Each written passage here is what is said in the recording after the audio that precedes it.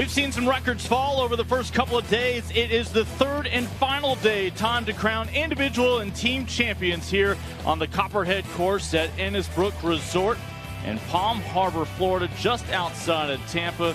We welcome you into our championship day coverage here on the American Digital Network. Memphis woke up this morning even par in the driver's seat with SMU 6 strokes back. A tie for third coming into this final day with the Owls and the Knights. We take a look at some of the individuals, the top 9, including Mac Meisner, a record-setting 36 holes in the American Championship, still going strong here midway through day number 3. On that note, we welcome you in, everyone. Lincoln Rose along with Ed Clements. And Ed, not just individual performances that have been stellar, but an interesting competition on this final day with a championship on the line. It really is, and Memphis needs to hold on. That's what they want to do. SMU has Mac Meisner, who's playing lights out. Yeah. He's 10 under for the first 2 days. Remember this, Paul Casey, who won the Valspar tournament on the PGA Tour at Copperhead, was 8 under for 4 days. That's how good Mac Meisner's playing. SMU needs to step it up, the other 4 guys on the team, to have them to get a chance to overtake Memphis, which is going to be very, very tough. Memphis took over the lead yesterday. They are continuing to expand upon that advantage so far here today on day 3. Lincoln Rose, Ed Clements with you. Let's check in with Haley Outen, who yesterday had a chance to catch up with our leading individual and our leading head coach.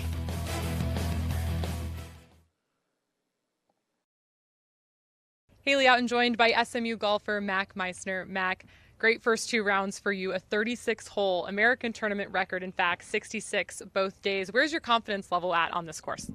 I mean, pretty high. I drove it really well today and just did what I had to do, hit a lot of greens, and then took advantage of the par 5s and then got me to where I am right now. So just staying steady and trying to be consistently on the green on the right side of the hole is key out here, because these greens can be a little tricky and you can get in some spots around the greens that are really tough. So I've been able to get it where I need to be, play pretty good placement golf, and that's pretty exciting. Yeah. 2 consistent days for you. What are some of the benefits of getting through round 1 now that you have a chance to finally kind of get to know and get more comfortable with the course? It's a good feeling. I played this course last year in the tournament, and I played well, just didn't putt well. I think now I kind of got a good understanding of the greens and the grain, and I think that's helped me a lot. So I've been able to kind of ride the wave a little bit of good putting and really good ball striking, giving myself a lot of chances to make birdies. So yeah, getting that 66 out of the way in the first round was huge, because it gave me a ton of confidence knowing that I can play this course if I just play it smart, and it's helped me a lot. So yeah.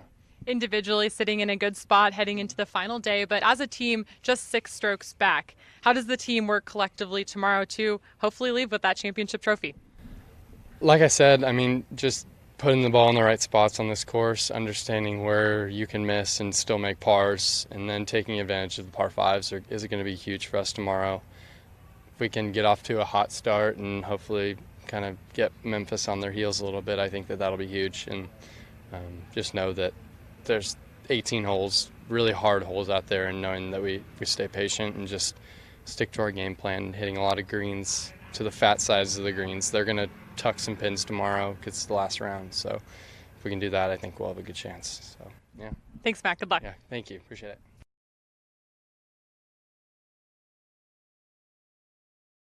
Haley Outen joined by Memphis head coach Blake Smart. Coach, as you head into the final round, today in round 2, 4 players in the top 10 in scoring. How balanced has this been across your team throughout the first 2 days? Yeah, I think that's one of our strong suits that I've been waiting a while to have it come out. I think we have all 5 guys in the top 15, and looking at the rest of the field, that puts us in a strong spot. So I'm really proud of the depth out of the 4 and 5 slide in particular. Always looking for more out of the 1 and 2, but good start for everybody. Heading into the final day, how do your players keep the nerves and emotions in check to hopefully bring a first American title back to Memphis? Yeah, I think, same coach talk, right? Stick to the game plan. I think we have a really good feeling for this golf course. We've played the front 9 fantastic the first 2 days. End of the back 9's gotten us a little bit, but all in all, I think we're doing the right stuff, and if the guys stay calm and patient and mentally tough, I think we'll be tough to beat. But they've got a guy playing fantastic on his own, so we'll just add them up at the end of the day and see what happens. great conditions the first 2 days. As you head into day 3, where is the confidence level of your group now that they're getting a feel and they're getting to know the course a little bit this year? Yeah, I think we're really big on making sure that you're adapting with the golf course. Great weather means changing conditions and firming up because we had a lot of rain on Friday, I believe. So just making sure you're aware of the changing in the golf course. But again, I think our game plan's sound. We've had some guys be here 3 different years, so we've seen a little bit of everything.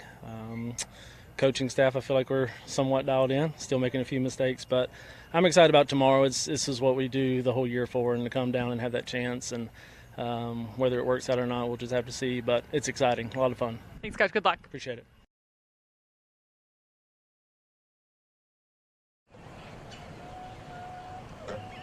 So great to hear from Coach Blake Smart of the Tigers. Of course, again, they were a stroke back after day 1 yesterday. Moved into the top spot. And, of course, SMU. Great to hear from Mac, the talented sophomore out of San Antonio. Ben Wong, the great freshman from the Houston area, also from Hong Kong. One among Mac's teammates, they're hoping that they can make a push here on this final day. It's going to be good, big for these 4 guys like Jackson Markham and Ben Wong. They've got to step up because their top player, Mac Meisner, has for 2 days, and it's about time they do and help their teammate out in this team competition. But it's not really happening early on this morning. All of this is earlier today back on the opening hole. Soon enough, we'll be picking up coverage on the 18th live. But for the Memphis, they just need to hang on, and so far so good this morning. Yeah, so far so good. They've just been very, very steady. No spectacular scores. Brad Boughton from England has shot 70-69 in the first 2 days. But Lincoln, they've just been very, very steady. You see Brad right there on the first hole. Yesterday's scores of 69, 71, 72, and 70 to count for the 4 scores. Just very steady. Compare that to SMU. You've got Meister 66, then you've got scores from 73, 74, and 76. So Mac Meister's looking for his teammates to step up for SMU to have a chance to win this team championship. Our coverage today, we are camped out on hole number 18, and what a hole it is.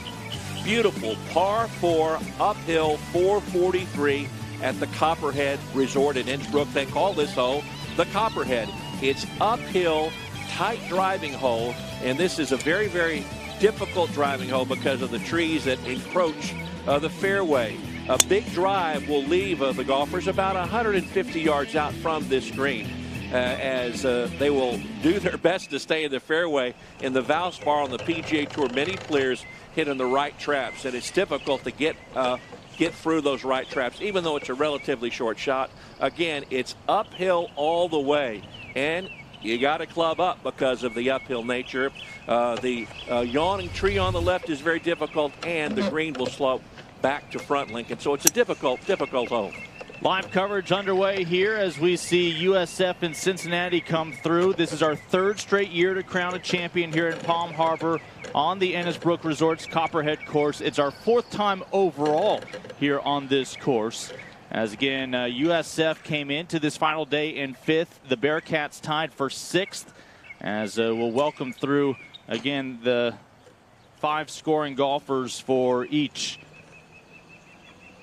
Big story of the day so far is this race for the medalists because Mac Meister of SMU had the big lead. Now it's only down to 2, Link, as Austin Squires of Cincinnati has really put together a magnificent round. Austin Squires of the Bearcats is now 6 under for the day, 8 under for the tournament, and only 2 shots off the lead of Mac Meister. So a great day for Austin Squires. Meister had the 66 and 66 the first 2 days, and now Austin Squires looking to match or better that score. Obviously, Austin will be the 5th and final Bearcat we see come through today. He's paired with the 3-time Conference Player of the Week, Alvin Bergstrom of the Bulls. This is a little earlier debut today on the broadcast for USF than we've seen in recent years. These are your 4-time champions.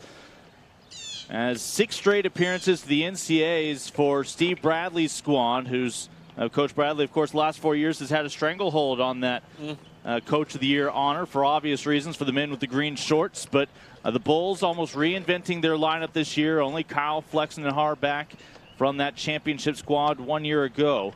And so a new look squad, a team that also has been battling some illness with the flu over this past month or so, and there's been a few obstacles in their way. Just looking for a strong finish here on day 3. It really takes time to form. You can't win a conference championship or be competitive nationally with 4 or 5 freshmen, and it's difficult to get that cohesiveness with a bunch of freshmen, and they're seeing that this year. A pair of freshmen on the green right now.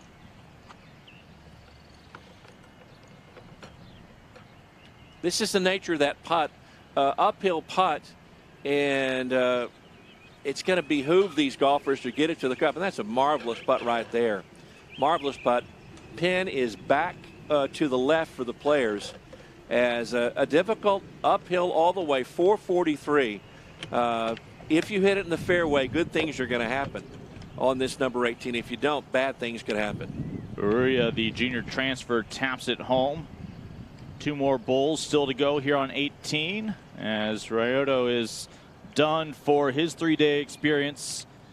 We're about a 45-minute drive from the Bulls campus. They are our hosts this week. He's paired with freshman Sam Jean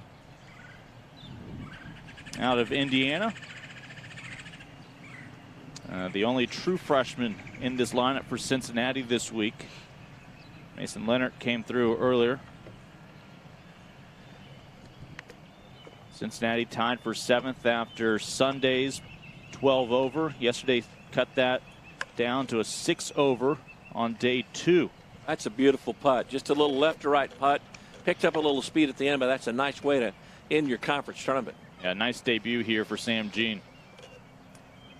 So down to 2 Bulls and 2 Bearcats here on 18. You see them in the fairway. Again, we will primarily be right here on 18. May catch a little bit of 17 throughout the day. But we will see both these Bulls and the Bearcats. Great finish right there. On a couple holes back at the moment, Temple and UCF. And we'll see Memphis and SMU, of course, close things out. And here's some of that sand you were talking about. Yeah, the lip should not be any problem. This is probably about 145 to 150 yards out. You've got that yawning tree to the left of the green. You got to watch out. He's going to have to get it up quickly because there's a little bit of a lip there. And these guys are so good. He's lost it to the right, though, Lincoln. Sort of chunked that out to the right.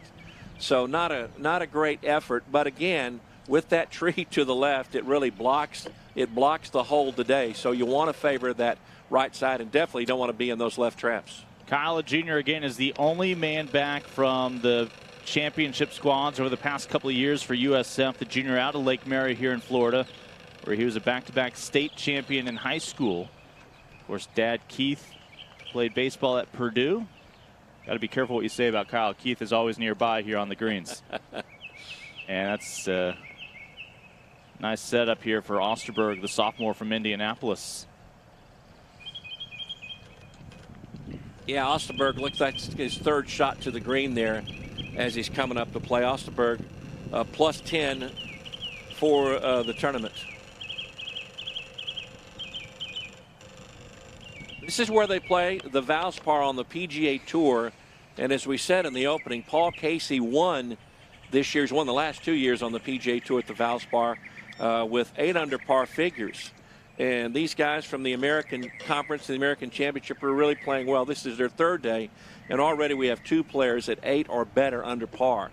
So I know the conditions are not as rough as they were a couple of months ago for the Valspar because the rough was up and the greens were cut a little faster, but still, this is a challenging golf course designed by Larry Packard. Larry Packard designed a heck of a lot of golf courses. He died at age 101 just a few years ago, Lincoln. This guy was known for golf courses, especially in the Midwest, but he came down to Florida and built this golf course, and it is a gem with the snake pit, the final 3 holes, 16 and 17 and 18.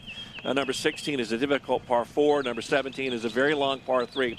And this, the 18th, a long uphill par 4 that can give you trouble, and we're seeing trouble right now on the 2nd shot for the South Florida player.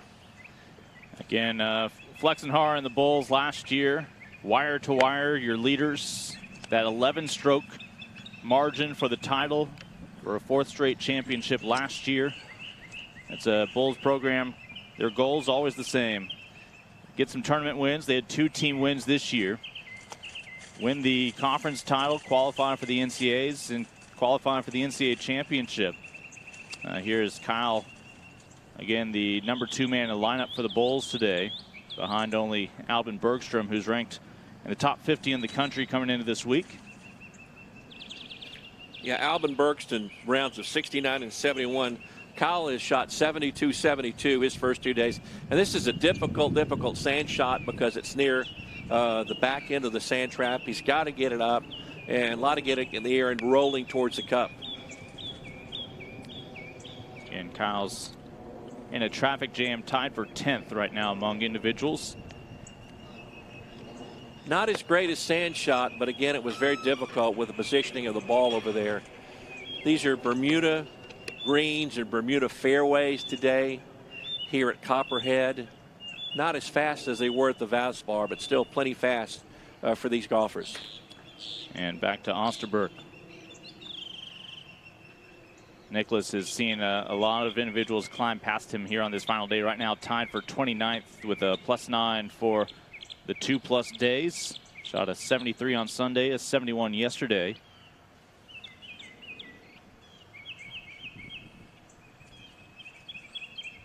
And his teammate Austin Squires right behind him, the only senior in the lineup for Cincinnati.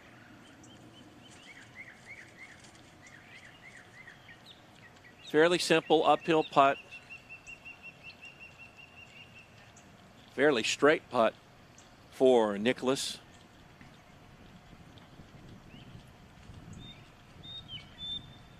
Well, it was a week ago. Oh, that's a beautiful putt. That's a way to end it, Nick. That's a way to go. And I believe that's going to be for his par. That's a working man's par, as he had some difficulty off the tee box. Yeah, nice way for Osterberg to go out. He'll step aside as Kyle will hope to drop this one in. I was going to say that it was a week ago we were covering the women's championship on the other side of the peninsula, as many of them opting to leave that pin in. Yeah, it's just what you like, what you see. Downhill putts, you see them keep it in more than the uphill putts. Blew that one past about 3 feet. He should be able to work that in for his bogey here on this number 18. This Copperhead hole will catch you. We saw on the drive, right trap, gave him trouble. Beach to beach, blast, miss putt. Now this is for bogey. And nicely done. One more bull, one more Bearcat to go. USF likely is going to finish 5th this week. There's a chance for a little bit of wiggle room there. And here are the leaders for these two programs here at the championship. Austin Squires is having a great day. He is 5 under par today. He had gotten it to 6 under par. He's 3 shots behind Mac Meisner of SMU for the individual title. But a very, very good day for Austin Squires, who's eyeing this fairway to see what he can do, to see where his optimum place to land this ball. He's going to go with the iron, which is just purely for position. We saw a previous player go on the trap, and that was tough. But let's see what Austin Squires can do for Cincinnati in this situation, trying to protect his 2nd place for the medalist. Improved 6 strokes from day 1 to day 2, shooting a 67 sorry about that. yesterday. The handheld wasn't working. Oh my gosh, bud. You serious?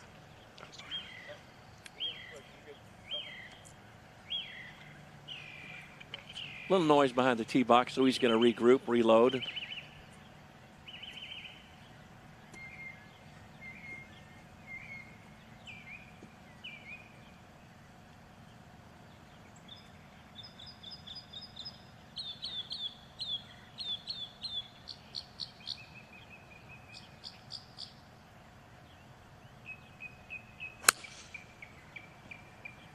Playing for position, and he likes it.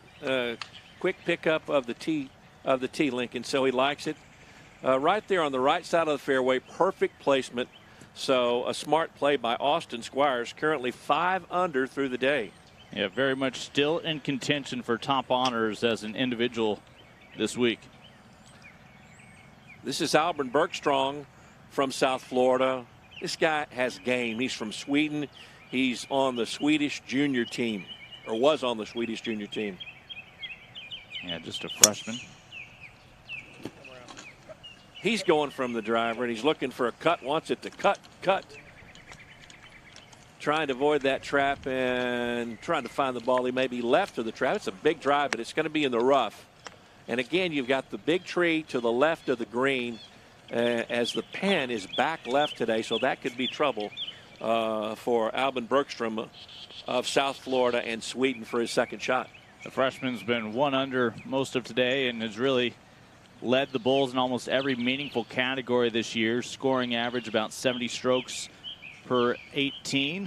He's had 20 rounds of par or better this year. 5 top 10 finishes throughout the year at tournaments, and has set a handful of 36 and 54 hole records for obviously a Bulls program that, when you talk about their record book, it's nothing to scoff at with all the success they've had. Big success in this conference, big success nationally, as they are one of the elite teams in this conference and one of the better teams in this country. And again, as we saw last week with the women, South Florida recruits from all around the country, and they got Bergstrom from Sweden, and you can better bet Bergstrom, who's only a freshman, will tell his friends in Sweden, hey, Florida's a pretty swell place to play golf. It doesn't get cold like it does in Sweden, so it's a great place where you can play year-round. By the way, congratulations to the USF men's tennis team in Orlando on Sunday, claiming the championship here in the American, grabbing that automatic bid to the NCAA tournament, knocking off to make it all the sweeter their rivals over there, the Knights of UCF. What a battle. In fact, their women's program, the runner-up in the championship as well. So they're looking for another strong performance in a championship here in men's golf. They are the 4-time defending champions. Anticipate they'll wrap up 5th this week, but they won't be down for long, as a lot of new ingredients this year for head coach Steve Bradley, and a lot of optimism when your top golfer is a freshman. Exactly right, because they're going to be around a long time. They'll play a full summer schedule. I'm sure Albin Bergstrom will be going back to Sweden to play in tournaments there. He'll try to qualify for the bigger tournaments here in the United States. So it's going to be a bright, bright future for this South Florida team. As you look at Squires, Austin Squires of Cincinnati, he is 2 off the pace. He birdied number 17, the par 3, so he is 2 off the pace of Mac Meisner. So this is a huge shot as he and his coach are looking at the yardage right now. If he could somehow get a birdie on this very tough par 4, 443 uphill, that puts some pressure on Mac, as Mac is about to begin his back 9 here at the Copperhead. But if Austin Squires, who's currently 6 under for the day, if he can birdie this number 18, it'll be a little tight for Mac as he plays the final 9, especially the final 3 holes at the Snake Pit here at Copperhead. Off the tee, Austin Squires used an iron purely for position, and that's what he's trying to figure out his distance right now. It's going to be more than 150 yards with that, and probably in the area of 170, 175 as he's trying to find the right club. Yeah, Austin birdied this hole yesterday after par on day 1. He had an eagle on 14 today to go along with 3 birdies on the front 9. Another couple of birdies here on the back 9 in addition to that eagle. Does have 1 bogey to take a stroke away, but what a finish. And he is hoping that it could be very well enough as he sits in the clubhouse for an hour or so that he may find himself with some hardware. What a final 2 days. He shot 67 yesterday, struggled in day 1 with that 73. And just think about that. If he shoots a 67 or a 68 the first day of this tournament, he would be in magnificent shape and really challenging Mac Meisner. He's challenging right now, but what a final 2 days. He was 5 under par yesterday, and he's currently 6 under par today. So he and Mac Meisner really lapping the field when it comes to the medalist play. So first swing from the fairway here coming up from Squires.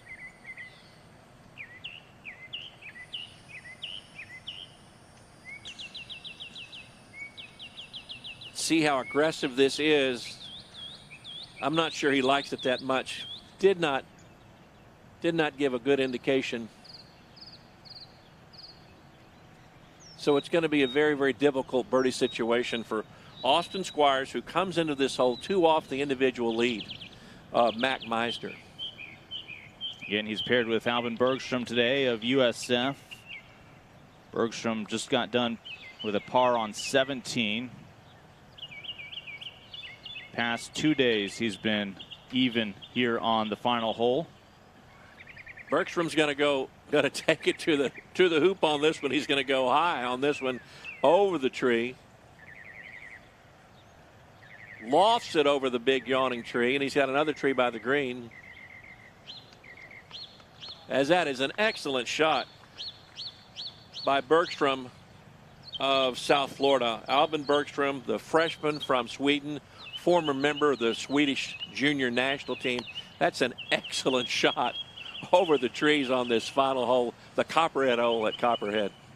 Bergstrom right now among the top 4 individuals. 1 under for the 2+ days, as he and Squires making their way to the green for the final time here on 18. Austin Squires has got to be pleased the way he's played the last 2 days. Had a very disappointing 73. Compare that to the 66 of Mac Meisner on the first day. So he was looking at that 7-shot deficit, but now he's fought back. He's within 2 of Mac Meisner. His second shot just off the green. He's going to putt it. It's going to be a very difficult birdie chance. And I know he doesn't want to. He wants to be aggressive, but he doesn't want to be silly on this and blow that pass too far by. It's just a matter of what you want to do on this putt. I think he'll be smart and just try to judge the speed the best he can on this 18th. Again, rounds of 73 and 67 for Austin Squires of Cincinnati. 8 under for the tournament, 6 under par for the day. Mac Meisner is on number 10, and he is even par today after going 6 under par the first 2 days. Yeah, Meisner setting a championship record for 36 holes coming into today, as Cincinnati at the moment tied for 7th as a team in the team standings. Last year finished 5th. Coach, of course, for the Bearcats, Doug Martin, saw his men 12 over the first day yesterday. Those 18 holes collectively 6 over, and has to be proud of the movement that Austin Squires has made here on this final day.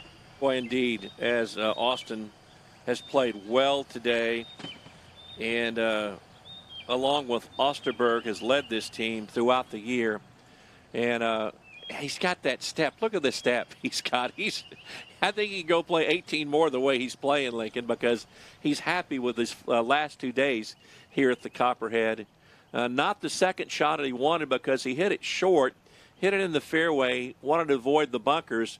Got a reasonable 2-putt there. It's unlikely he's going to make this putt unless he drains a big, well, I was going to say drains a big snake here, which would be fitting here at Copperhead. But all in all, he just wants to cozy this up to the hole. I don't think he has any intention. He'd love to make it, but he just wants to get it where he can have a tap in for a par and walk away with 6 under.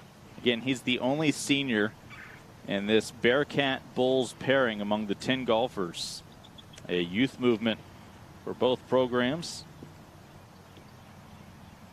All sophomores and freshmen paired with Squires this year.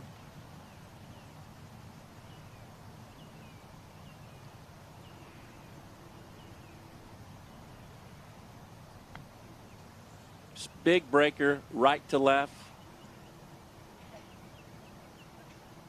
It's not a bad putt at all. Not a bad putt at all.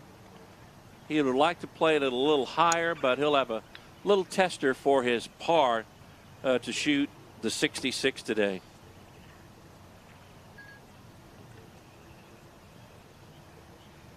Again, our final Bulls and Bearcats on the green. Soon enough, we'll see the Owls and Knights, who came into today tied for 3rd in the team standings.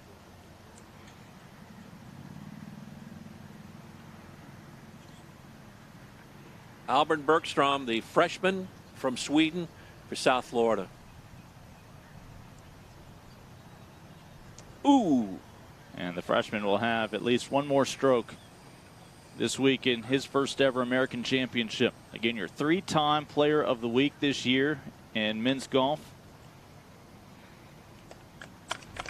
Able to tap it home. It's going to be a 1/73 for Bergstrom, who almost had this putt just off the left side. So that's going to be rounds of 69, 71, and 73 for Albin Bergstrom. Now here comes Austin Squires. He makes it. It'll be a 66 for the day.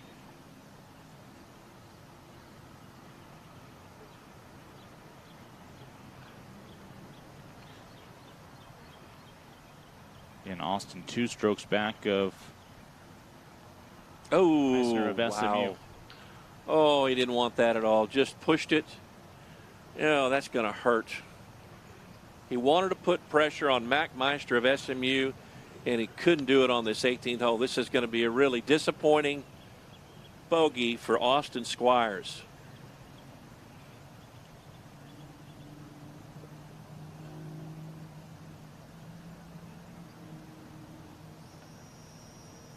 So the lead for Mac Meisner is going to be 3 shots as he plays the back 9. Austin Squires with a 5-under par 67 today.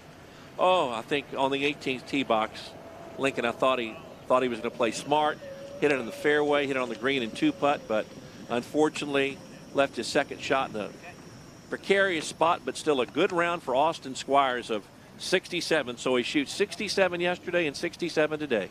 It's a waiting game for Austin Squires. Did he do enough on this final day to overtake Mac Meisner, the Mustang? We won't know for a little while, as before we see the Mustangs approach 18, we have a chance to introduce you to both the Temple Owls and the UCF Knights. Mentioned they both came into this final day tied for 3rd. Right now, Temple has dropped a few strokes back.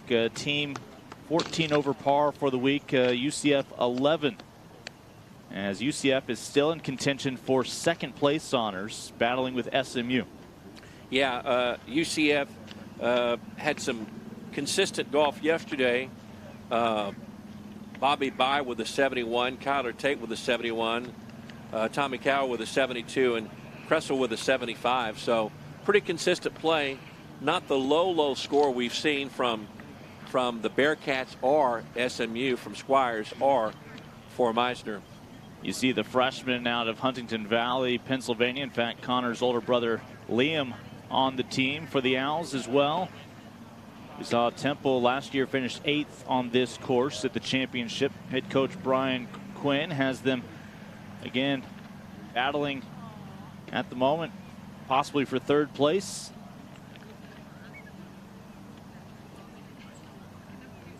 You have 4 seniors leading the way for Temple this year. And for, again, UCF, the freshman from France, Clement Charmison.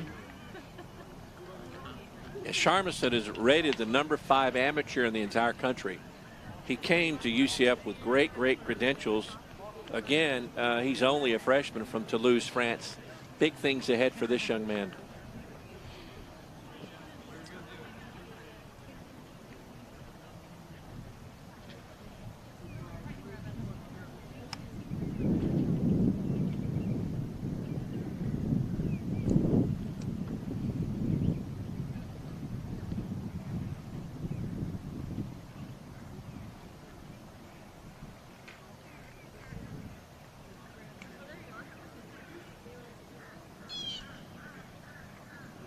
Nice movement through the ball. Back right.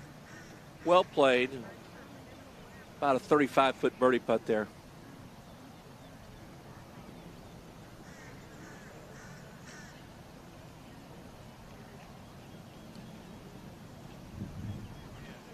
Of course, 10 programs competing for the championship this week. We are seeing 6 of them finish here on 18. We will not see the 4 programs that are finishing, some of whom have already finished back on 9 after teeing off this morning on the opposite half of the course. So we won't see UConn, ECU, the Cougars of Houston, or the Shockers of Wichita State. Wichita State now in their second year as members of the American. Chalmison shot to the green. Very nice shot. And again, the French freshman has done a nice job today. He's moved up about 9 spots now in the top 40 for the week.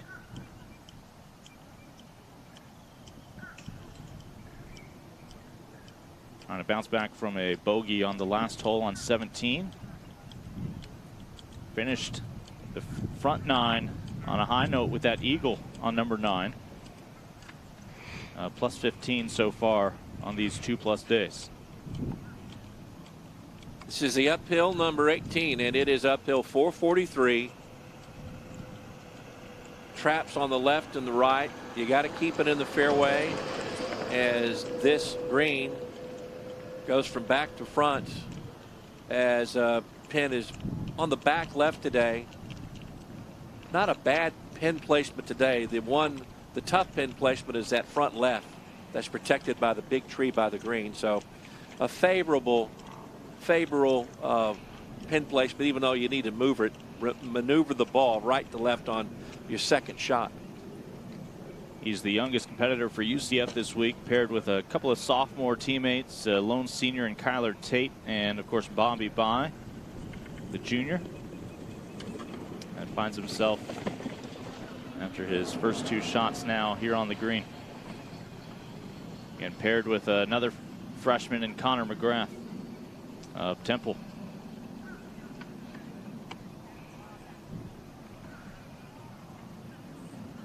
This is going to be similar to the putt we saw of Squires, a big breaker right to left, as Clement needs to find a spot, hit it there. We saw Squires on the last hole for the Bearcats 3-putt this, and he left his first putt short and did not play enough break.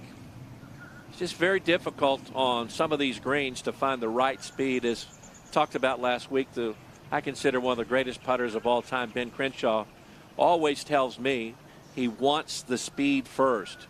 Don't fall in love with the line. Wants the speed first. Well, of course, golf fans can eavesdrop on your chats with Ben Crenshaw, as Lincoln Rose, along with Ed Clements, said, of course, you can find him over on Sirius XM PGA Tour Radio with Crenshaw and Golf. Let's check in with Haley Outen, who is with a Bearcat who has his fingers crossed that perhaps he has done enough to be our individual champion this week. Haley?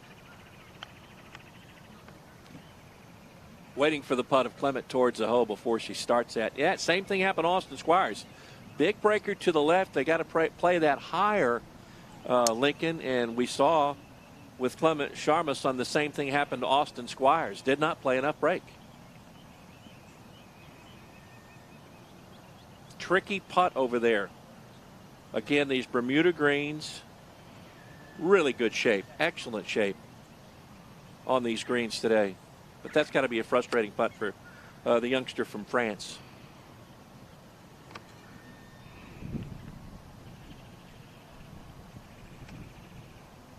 And both men, obviously, as freshmen, competing in their first American championship.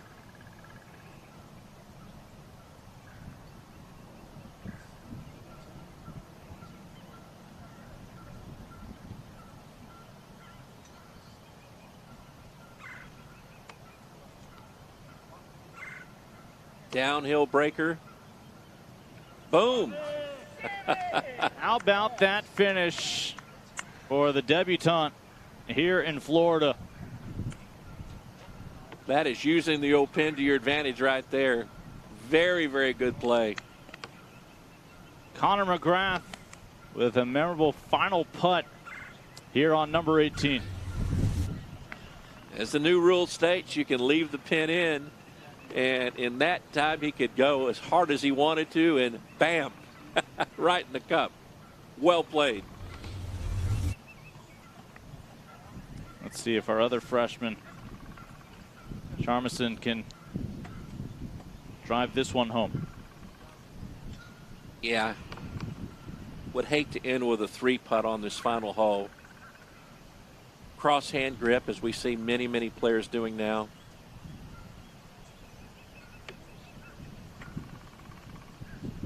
Nice putt. Nice putt. Nice way to end it. Strong finish for those two. And, of course, again, a chance to check in with Haley, who is with Mr. Squires of Cincinnati. Austin, your 3 days of the American tournament have officially come to an end. 5 under par for you today. What was the mindset heading into your final round? Yeah, I mean, me and my assistant coach walked together the last 3 days, and most of the season our focus has just been like having an opportunity-based mindset, giving ourselves an opportunity to make something happen on every hole. Some holes I didn't have an opportunity to make birdies, but I gave myself plenty amount today, and I capitalized on a lot of them. So that was definitely key today, and just playing steady and take the birdies when I can, and when I'm out of position, just put it back in position. At Cincinnati, you've had a chance to become familiar playing the Innisbrook course, but each day here, you continue to improve. Why is that? Right. I mean, this is the third year I've played here, so I mean there was a little bit of familiarity, but I just felt like each day it was one step closer to knowing more about the golf course. I mean, in this game you got to learn every day. So I mean, I think I did a good job of doing that each day. First day, I just didn't have it on the greens. The next 2 days, I was capitalizing on my opportunities. So yeah, I just learned from the things I did each day. Your 3-day score ties former SMU golfer Bryson DeChambeau, who played at the Innisbrook course in the first year of the American tournament. What goes through your mind when you hear that? Yeah, I mean I'm in good company for sure, because I mean he's on PGA Tour now, and that's where I want to be in a couple years for sure. So yeah, I mean it's pretty special to hear that, but at the same time, Mac Meisner's out there with a really good chance to overtake that. So we'll see what happens. You mentioned Mac, and you currently sit 3 strokes back. What happens during this time as you wait for the round to finish? Yeah, I mean, I'm expecting him to play well down the stretch, but the last 3 holes are definitely difficult. I mean, I bogeyed 2 of them and birdied 1 of them, so I mean anything can really happen. So it's just kind of just seeing what happens, really. I mean, there's not much I can do, really. My job is done, and just see where it goes from here. It's out of your control now, but your senior season, final American tournament, how proud are you of not only the round, but the tournament you played here this final week? Right, absolutely. My goal was to win the tournament. I came close 2 years ago, so this was definitely one of my main goals. So I'm not sure if that's going to happen today, but today was my last round as being a teammate, because I'll be in regionals as an individual. So that was definitely bittersweet, and coming off the 18th green, just hugging my teammates, it really meant a lot for sure. Well, congratulations, Austin, on a great college career. Thank you. Thank you.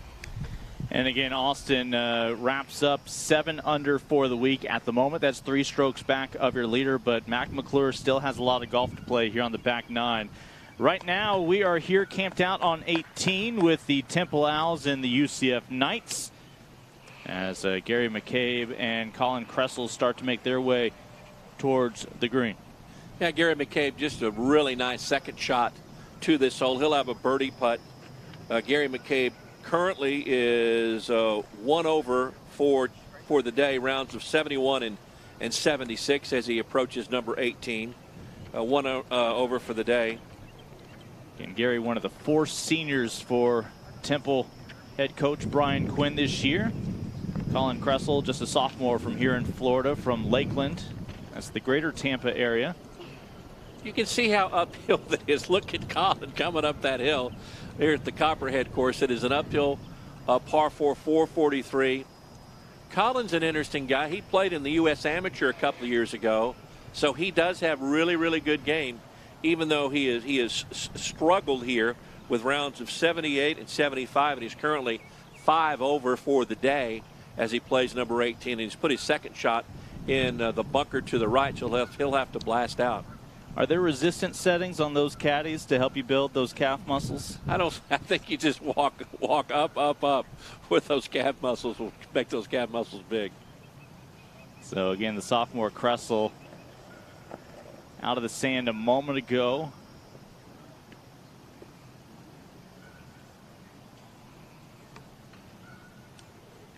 And sitting in a slightly more advantageous spot, the senior McCabe.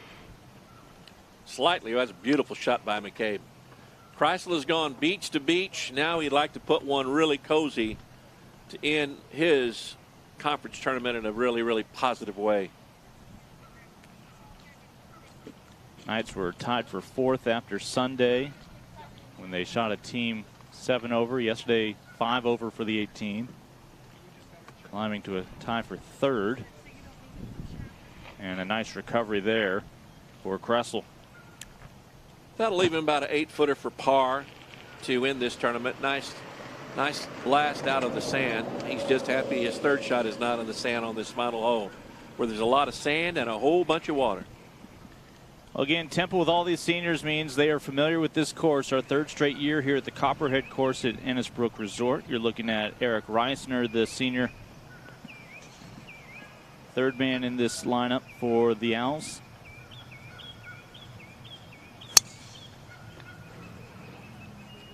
Reisner taking a driver on this hole, wants to take it deep. Beautiful drive. Boy, that's a beautiful drive. That'll be only about 125 yards from the green. He's paired with the sophomore Tommy Chow from China, but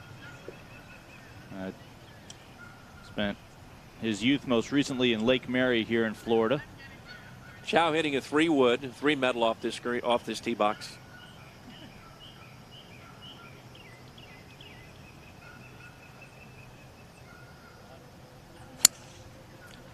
Oh, he's hit that a little bit to the right unless it moves.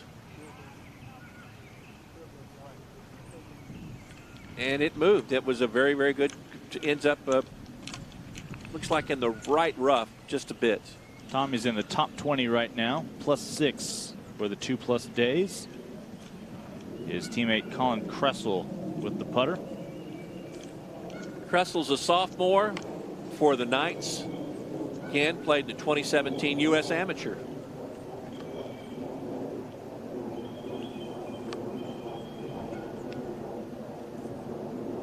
Nicely done for the par.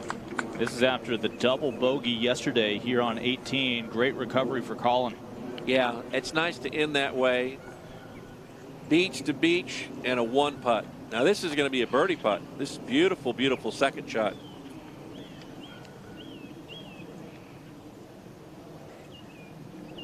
McCabe able to climb up into the top 20 today. You mentioned birdie here's had bogey on the last 3 holes.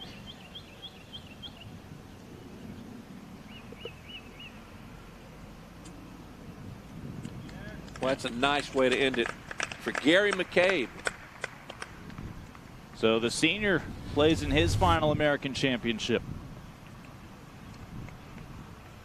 2 excellent putts on this hole, 1 for par, 1 for birdie.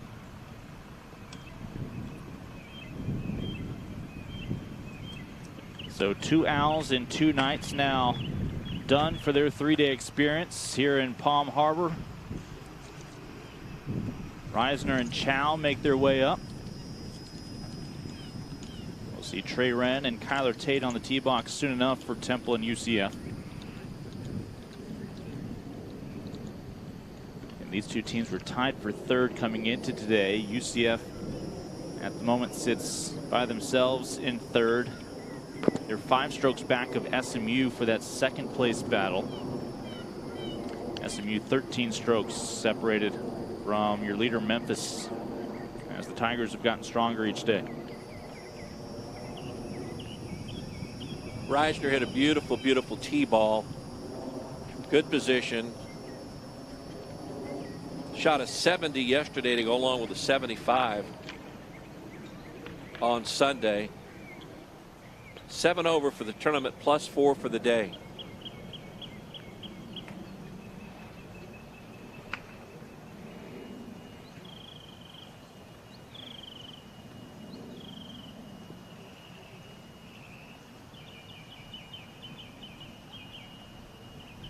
And they can shoot the top of the green right there to see how far exactly the pin is. I like that because they don't have caddies. They've got yardage books, Lincoln, but they can use their devices to show exactly how far you are.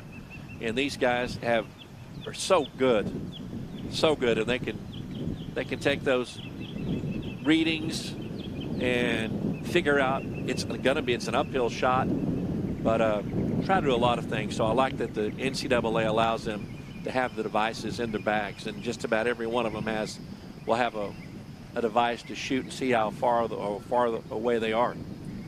Well, the past couple days on this par 4, Reisner a bogey on Sunday, bounced back yesterday with a birdie. How will he finish today on this final lap?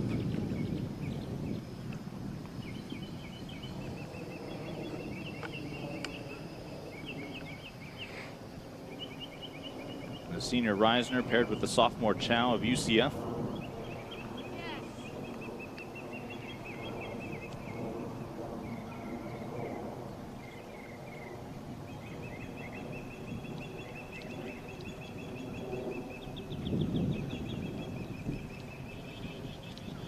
Got a nice movement. And he's left it that right side.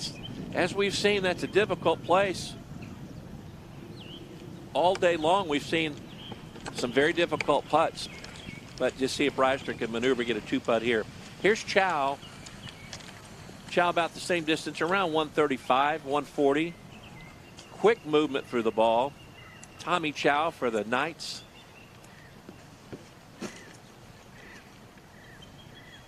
Finishing up this number 18.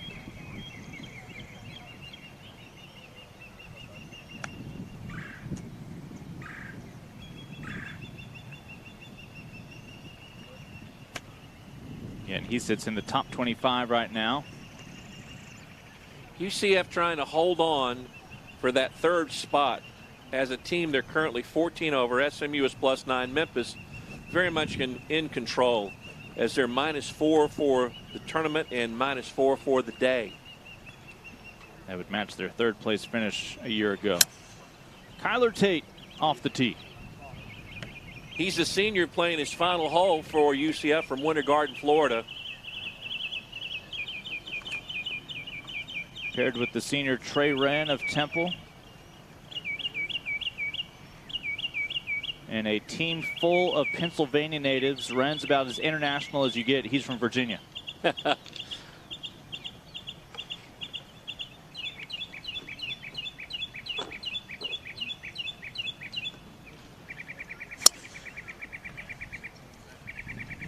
And the senior from the Commonwealth of Virginia with his first look here on 18. I worry about those golfers from Pennsylvania not wearing a hat. You know what I mean? They've been in the cold most of the winter. Not much of sun, and there's Trey Wren. He's left that to the right side. It's going to be a difficult second shot for Trey Wren of Temple. Rounds of 71 and 74 so far. Back to Chow. Chow and Reisner are actually even on the overall standings at the moment, each 7 over for the nearly 3 full rounds. Tommy Chow played at Lake Mary, Florida, but he's from China, and golf in China has exploded. Haotong Li, who played at the Masters a few weeks ago, who's one of the top 64 players in the world, the best player from China. At Augusta National, there must have been 25 reporters from China and around Asia area, some Japanese players, Chinese players. It's a true international game, as several American designers now have very good golf courses in China. Ben Crenshaw, Bill Coore, Jack Nicklaus has built a course in China. So it is starting to emerge as one of the great sports over there. A lot of golfers, a lot of people want to play golf in China, but they don't have a heck of a whole lot of golf courses right now. And obviously coming to the States for college, for the education and the chance to play, an attractive opportunity for a lot of these young men. It's huge for the competition. It's all for the competition and an education. We'll see Chow's teammate Bobby Bai come through in a little bit.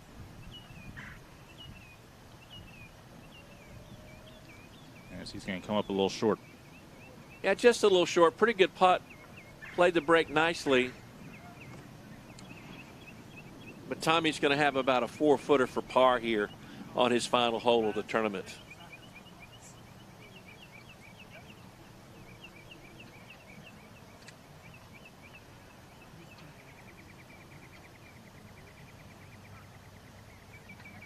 We've seen this putt previously, a big break right to left.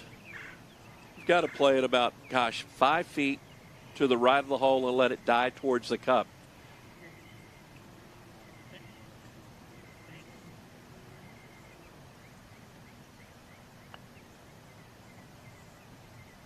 It's moving now and continues to move. Whoosh.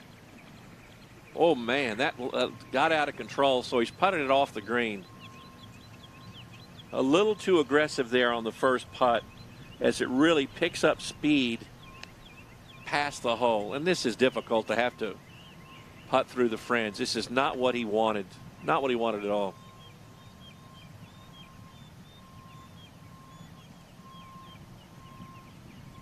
Temple fighting with South Florida for that 4th position in the conference standing. That's going to be interesting. This could be a pivotal putt because Temple is plus 17, South Florida plus 18 right now.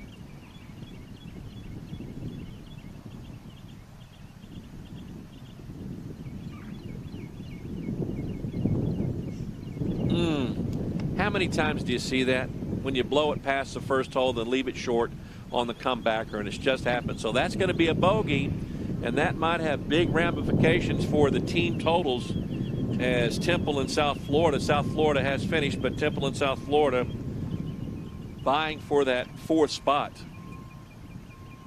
Yeah, both those teams who just wrapped up playing the waiting game right now. Ooh, Tommy missed that on the left side. That's going to be a frustrating bogey for Tommy Chow.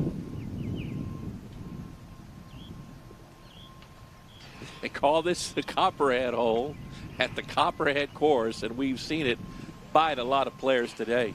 Yeah, 16, 17, and 18 can be a challenge.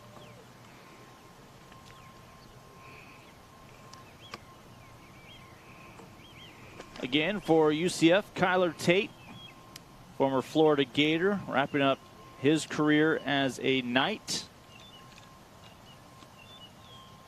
Playing with the senior Owl, Trey Wren, today. Right, good position off the tee. This should be about a 7-iron to this back left pin location. He liked it. He twirled the club. Well, the only question now is, will Kyler finish 4th or possibly continue to climb into 3rd place finish with a nice showing today? That's a good second shot, too. Good second shot by Kyler Tate, the senior from Winter Garden. Next to play is Trey Wren, who hit it right off the tee box, and he's going to have a difficult shot out of that bunker on the right side. Don't know if he has any lip trouble over there. He might. He's really, really close to that lip, Lincoln. Gonna have to blast this baby out.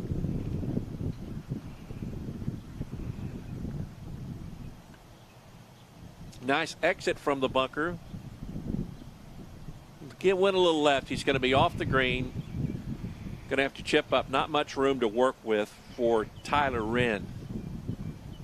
It's almost imperative you get it into the fairway. Got to get into the fairway on this 18th hole.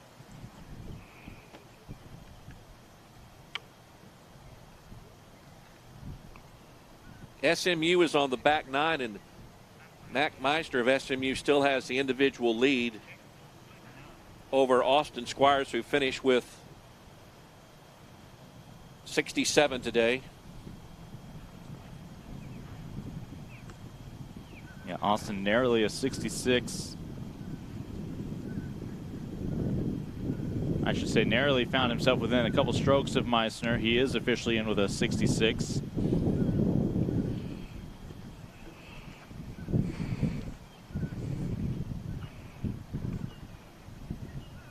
Penultimate Owls and Knights coming through. Still have John Barone of Temple and Bobby By of UCF wrapping up on 17, about to make their way to the final hole.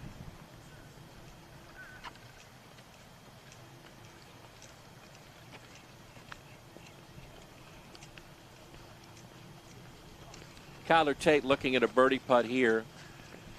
This is going to be a downhill birdie putt as this green from back to front on this demanding hole. Very demanding hole, tight driving hole. Got to have great position. And the second shot, back left pin placement. Kyler was playing even golf for 2.5 days until this back 9 where he's 4 under. Found a birdie on 11, 14, 15, and on 17 a moment ago when he was able to putt it in to birdie the par 3. Trey Wren is going to play first. Very difficult shot. Well, I believe Trey may not play first.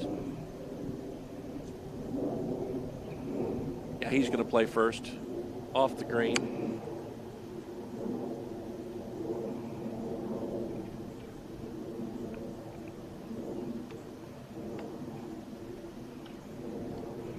Innsbruck is a beautiful development, as we've seen. Golf courses, great accommodations, food. It's a great place to have this conference golf tournament. And I like it, the familiarity of the players and the surroundings.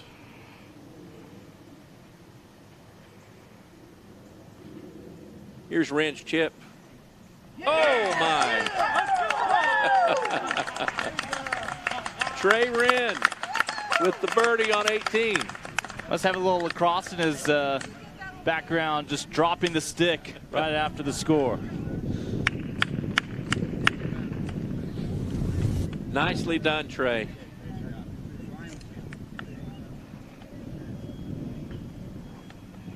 Played that beautifully. Perhaps more of a bat flip. Lunch will taste very good for Trey Wren. What a great way to finish. Yeah, it's a great way to finish the tournament. Now Kyler Tate wants to do the same thing. He wants to match the birdie of Trey Wren.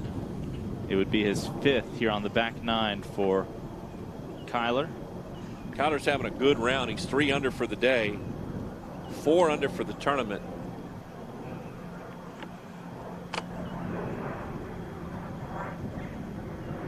Boy, that just stayed out there. Stayed out there and did not break. He's got some meat on that bone he's got to work through, but that was I think he was just confused by that putt because it looked like it was going to be different, left to right putt, and it stayed out there. Birdied this hole on Sunday, yesterday, par. Looking for the par finish here.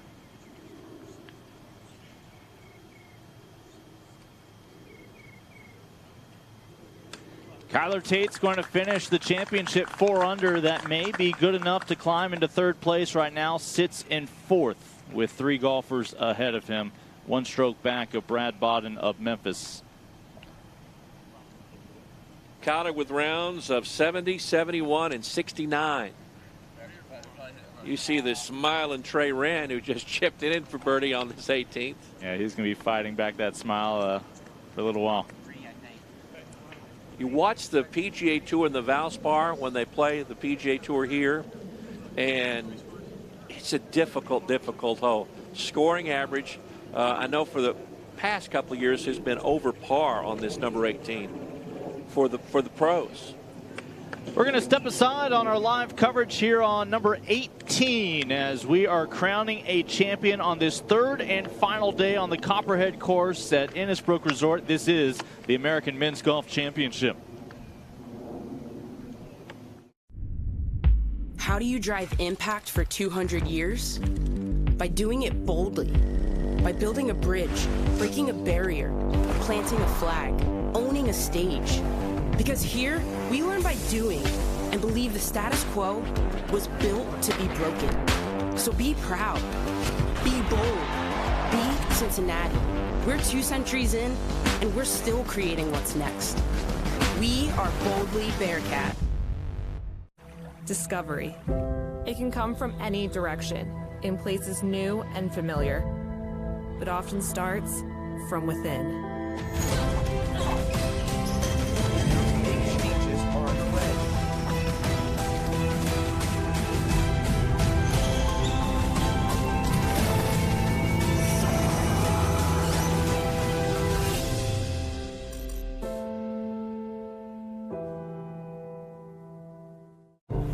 People say we're big.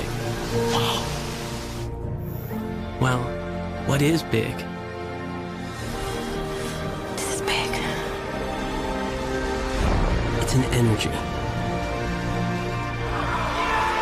An opportunity. So go on. Dream big. Because big is just the beginning. I got it.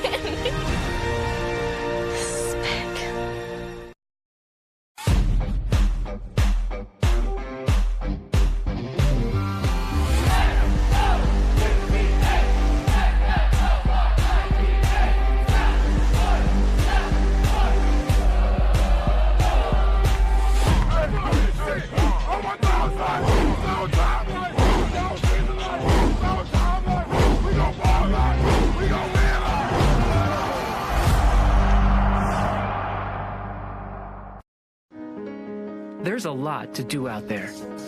You can either talk about it, or you can do something about it. At ECU, we choose to do things. And we can help you do just about anything. Come here to keep hometowns thriving, hearts beating, or make waves across the world. Wherever you're headed, this ship can get you there. With 30,000 of us doing so much, you won't find anyone sitting around. You ready? We're the visionaries chasing our dreams. Make a difference how we're living. Never routine. Conquer the impossible. Rise, break through. Fire in the belly. We've got something to prove. The world's watching while we're reaching for gold. Go higher, go further. Let your story unfold. Passionately smashing every expectation. Create and express. Every act is innovation. Powerhouse. Live coverage continues this morning here at the Copperhead course at Ennisbrook Resort. Lincoln Rose, Ed Clements, Haley Outen with you here on the American Digital Network. This is 17, our first look at the green. John Barone, your top owl, the fifth-year senior. Par 3, 206 yards.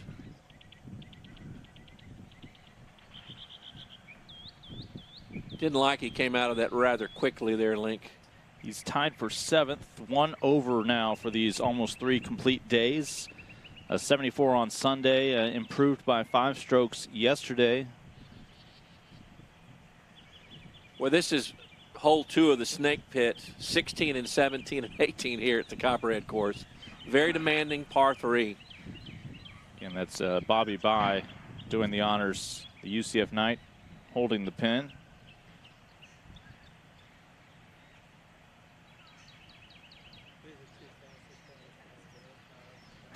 Bye at the moment tied for 7th as well with Barone.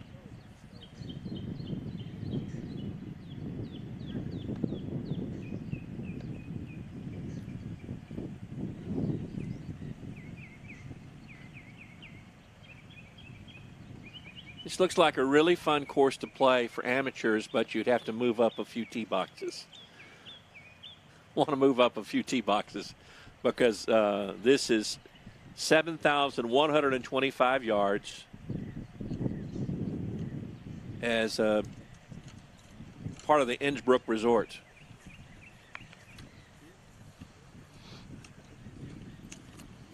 And soon enough, they'll be making their way here to 18. As 4 Knights and Owls have come through.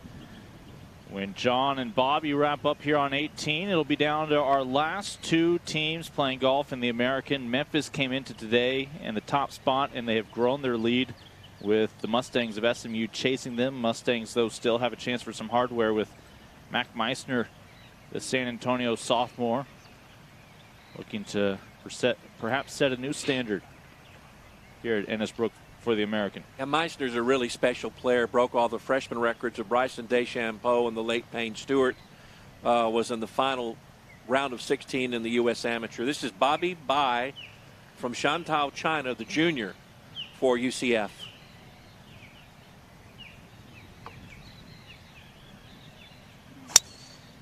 Got the driver out, real aggressive swing. Bobby last year all conference as a sophomore. That's a giant drive for Bobby Bai there. Wow. It's the longest drive of the day we've seen. Excellent play by Bobby Bai. Knights have made their way to the NCAA tournament the last 2 years. And here's the final tee shot for an owl today. Barone bogeyed number 17, so Bobby Bai, his playing companion, 1 stroke ahead today. Thank you very much, sir. She told me to do it. As Brian Quinn's squad, 4 of the 5 have wrapped up on 18. Comes down to John Barone of the Owls.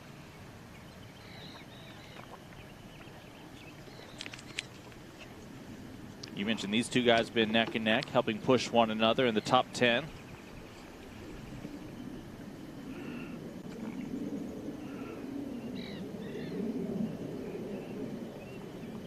John started today 2 under on the front 9.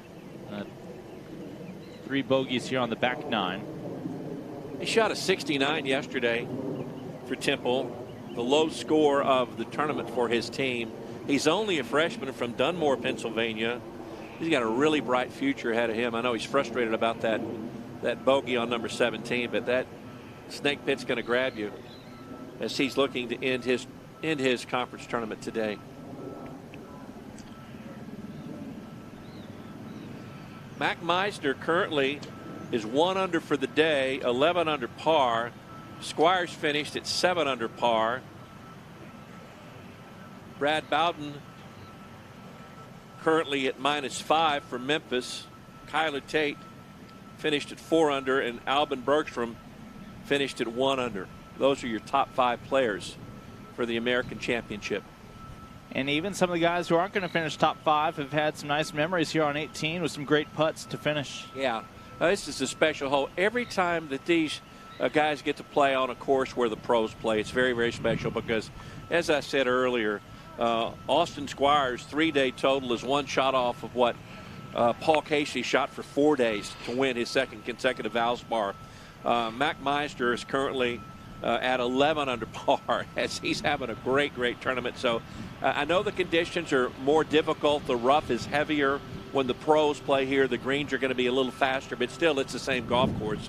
And it's always nice to see how you do compared to the pros. And of course SMU at Trinity Forest in Dallas, a brand new golf course designed by Ben Crenshaw and Bill Coore, where they play the Byron Nelson Golf Classic. They see that every day, and they see world-class golfers every day playing their golf course where they have their learning center and their special putting green and driving range. It's our 3rd straight year on the Copperhead to crown a champion in the American. It's going to be the first time in 5 years that it's not the Bulls of USF claiming the title, as Memphis in all likelihood is going to be just the 3rd men's golf program to win an American championship. SMU winning 1 years back as well.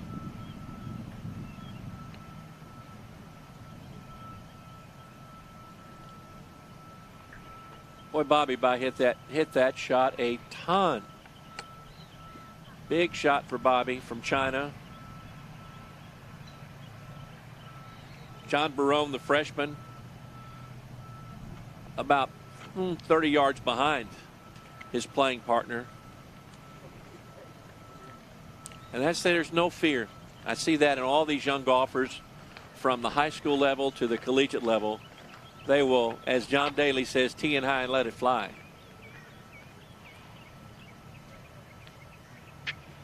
Well, Barone is going to have a difficult shot because he's found the right bunker over there. And it is going to be a difficult, it's going to be a difficult lie. Difficult lie. 5th-year senior.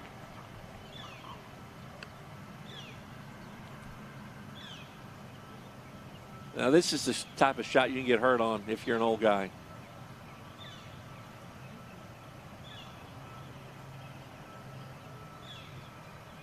Oof.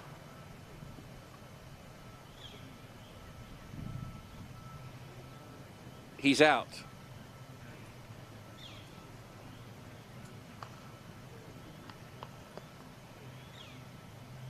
That's just one of those shots you want to escape your second shot there.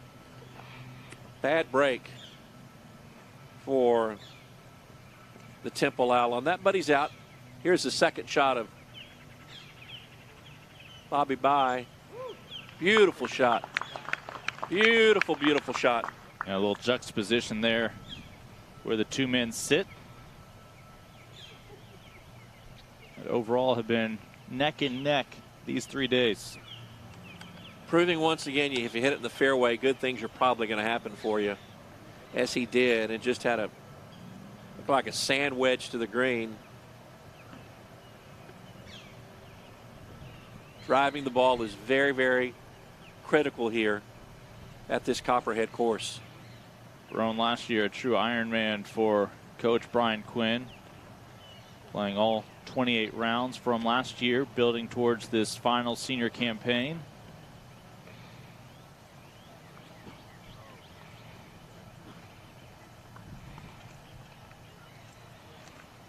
Well, the last thing Barone wants to do is finish bogey in this tournament, but he's left himself in a real precarious situation on his third shot.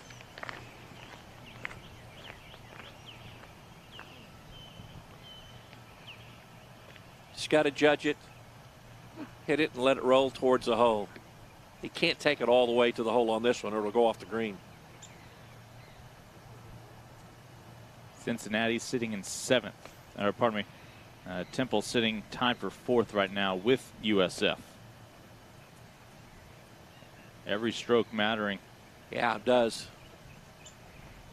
He's left that one short, so he's going to have a long, long putt for par. Again, when the Bulls wrapped up here on 18 a moment ago, they were sitting in 5th.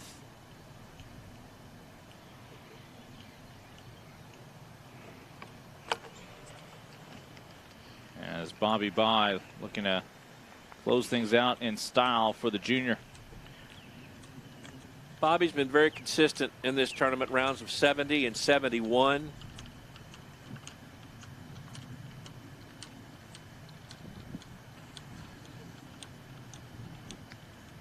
Let's take another look at what our young men are experiencing today here on 18. Yeah, this is number 18, Copperhead course, uphill, par 4. To drive the ball in the fairway is what they're looking for, because it's a tight driving situation, Lincoln. The final hole here at Copperhead, 443 from the back tees, tight driving space. You want to hit it to the right side of the fairway. You don't want to miss those bunkers on the left, nor the bunkers on the right, as we just saw Barone hit in. You hit a big drive, as Bobby Bye did, it's going to leave you less than 150 yards out. Probably for Bobby, it was just 100. So treacherous bunkers to the right, as this is all uphill, and this green flows from back to front. And you have that yawning big tree to the left by that trap. So today's pin is back left, and it's very difficult closing hole, as we've seen this afternoon. We've already seen the Bearcats and the Bulls come through. Right now, our final golfers for Temple as well as UCF. Barone for par. His drive was a mess, barely got out of the trap. And this is putt for par.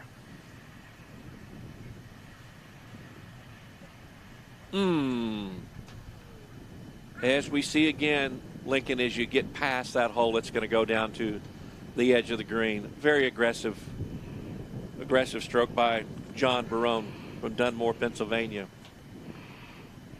And he's going to be still out too. The worst line in golf, my friend. You're still out. That's my life.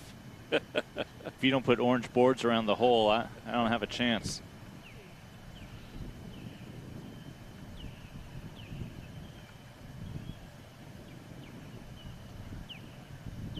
think they're going to have to shush that photographer away. It's a little too close for Barone's liking. Bobby, meanwhile, a par on 16, a par on 17. Right now sits tied for 7th.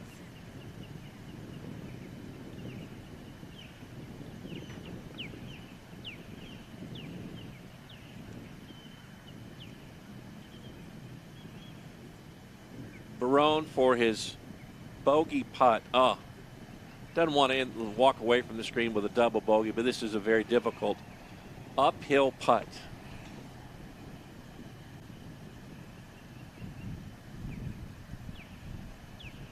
And that's going to be a double bogey for John Barone. Yeah, his first of the week. Oh, that's tough. Bobby Bye has his putt for birdie. And what a way to end it for Bobby Bye. A chance to finish even these 3 days.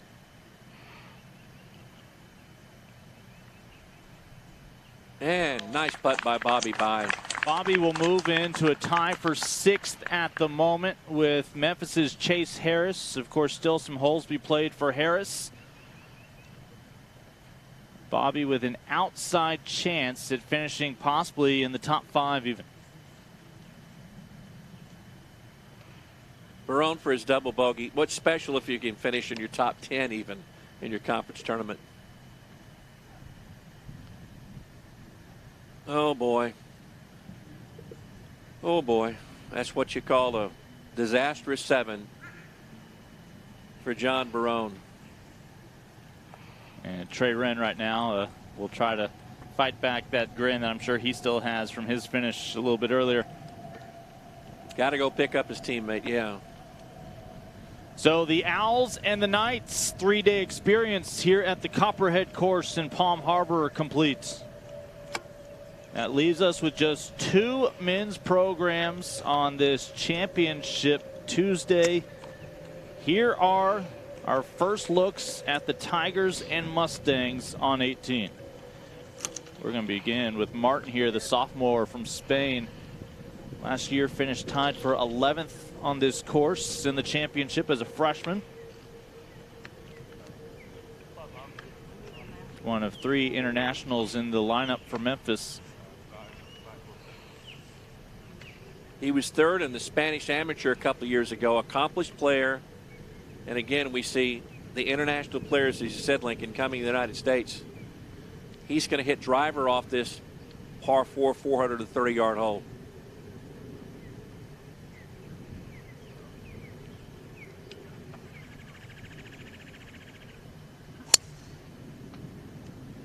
Tigers are looking for their first team title in the American, looking to join only USF and SMU as programs to claim that team championship. And Martin, the sophomore, off the tee there, as he's been paired with the redshirt freshman Justin Thompson from Dallas. As Jason Enlow, his head coach, didn't have to spend much on that recruiting travel budget to find him. Sure didn't. One of 4 Texans in this lineup for SMU. Hitting drivers well. What a beautiful swing he has. He struggled 79 and 81 the first 2 days in this event. Nice drive here on number 18 for Justin Thompson, the redshirt freshman. Trinity Christian, he's a head link. So they'll get set up for their second strokes. Trinity Christian, a great golfing high school in the state of Texas. So with UCF and Bobby Bye's performance a moment ago, they've pulled within 1 of SMU. As UCF now done with a plus 13 finish for these 3 days. At the moment, the Mustangs collectively are a plus 12. Remember, that's factoring in the dominant performance that Mac Meisner has had over these 2+ days. Yeah, crunch time for SMU. Their players have to finish this 18 very, very strongly to maintain that lead, as they're currently 6 over for the day. UCF finished at +1 for the day. Memphis has the best team score right now at -2 today. but a strong showing for UCF on this third and final day of this tournament. Meisner carried SMU to a one-stroke lead on Sunday. Memphis overtook them yesterday and has been able to grow that advantage to double digits so far. It's interesting with Meister leading the way for the medalist race. His team has lagged behind. He shot 66-66, and the best Mustang to follow, Markham and Wong have shot 72-74 and 73-73. But that's the way it goes. A lot of teams have one superstar, as Mac Meisner is, and some really good players to follow. But very demanding golf course for these golfers. The Copperhead course, always one of the toughest courses on the PGA Tour. Paul Casey -8 for 4 days a couple of months ago to win his second consecutive Valspar. So it's a demanding golf course with water and plenty of traps out there and trees. This is not your typical Florida golf course, I would say, where there's a lot of, as it was last week for the ladies, more trees and more big trees and more mature trees on this golf course. It gives the players trouble. This finish for Memphis just has to feel amazing. This year, several final groupings.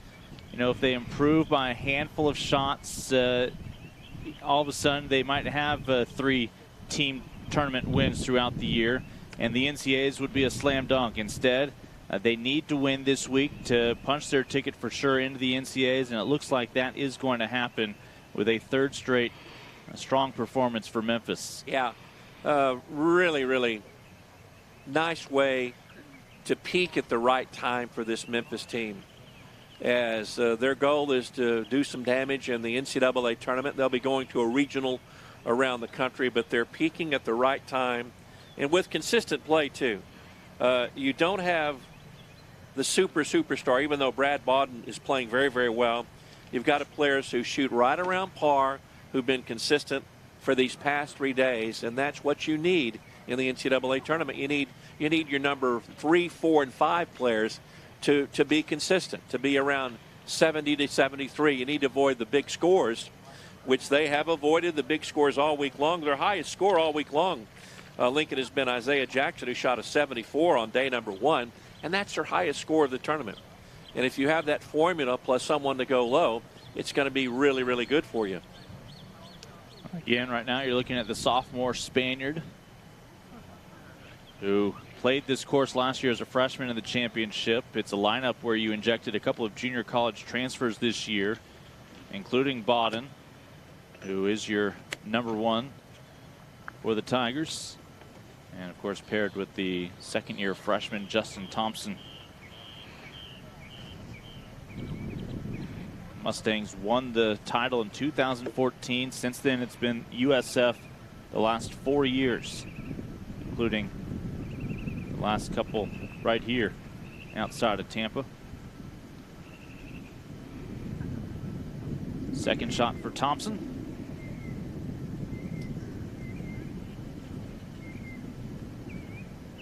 Not an overly difficult shot for Thompson as he's safely on the green.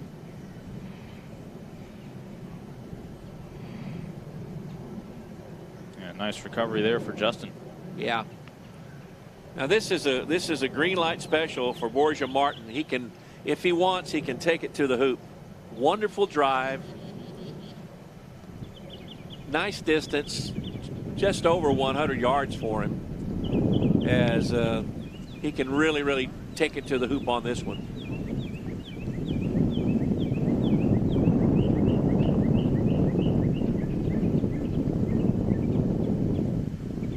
Memphis earlier this week with a 2-under round as a team was the 3rd best round that we've seen from a team in the American Championship. So Mac Meisner is not the only one assaulting record books this week. And Memphis has continued to get stronger and create separation here today.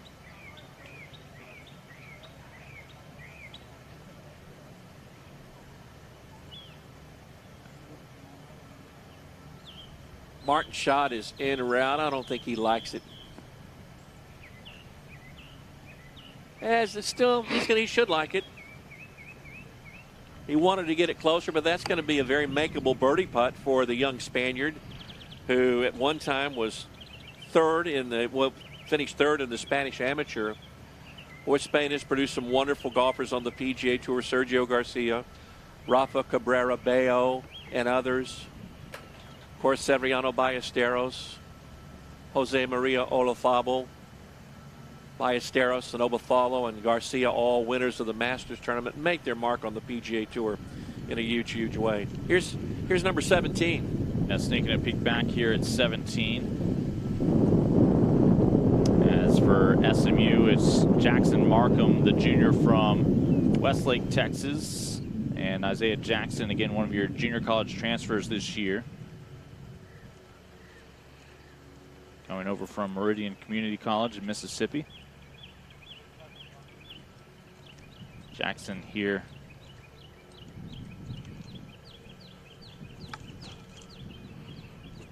Looks forward to his web.com exemption in June at the Wichita event.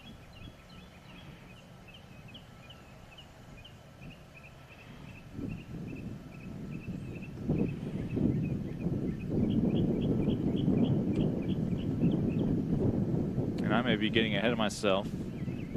This is Ollie Osborne, the freshman for Reno, paired with Guillaume Chevrolet. Nice shot. Very nice shot there on number 17. This is the long par 3, 216 yards today. Part of this final 3 holes of Snake Pit, and it is demanding. Demanding number 17 at over 200 yards par 3, and demanding 18, 443 uphill.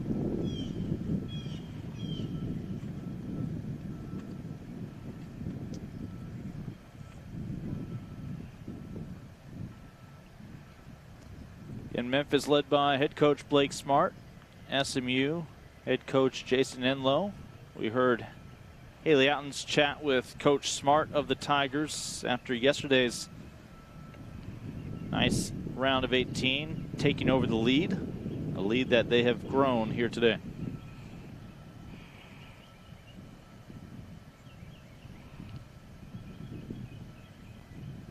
It's a real dogfight, these final holes. SMU's trying to hold on to the second position, and now they've fallen to the third position behind UCF, who shot as a team +1 today. SMU currently +8 as a team. Memphis with 4 golfers in the top 12. Guillaume in the top 10. Here's back to 18, the long putt.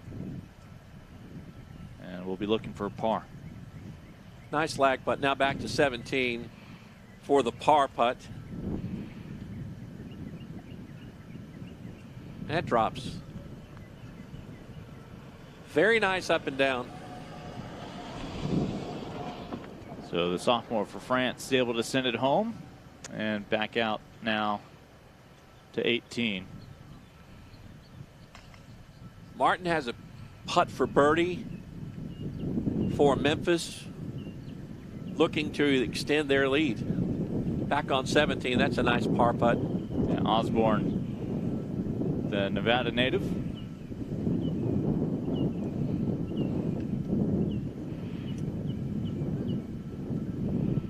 Spaniard hoping this is his final putt of the week.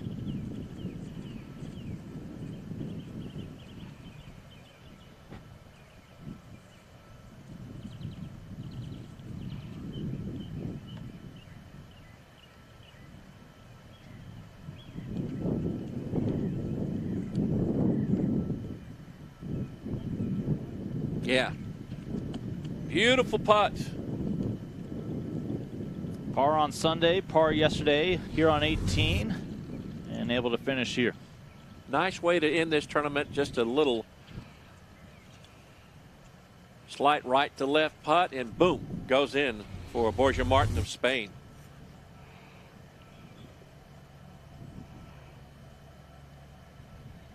And Thompson of SMU will join him, completing his scorecard. Yeah, Thompson's going to have a lot of great days in front of him. Redshirt freshman has He'll look for better days. He struggled in this tournament, but nice part in this thing. One of 3 freshmen for SMU, along with a sophomore. Their eldest player, Jackson Markham, just a junior.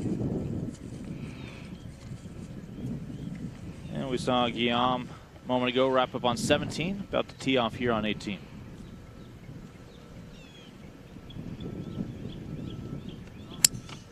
That was a 3 medal. We've seen players ranging from irons to 3 medals to drivers on this hole. It's all about the position, all about trying to keep it in the fairway. That's slightly off the fairway in the first cut of rough. That should not be any trouble for the young Frenchman. And the sophomore for the Tigers paired with this freshman, Ollie Osborne from Reno.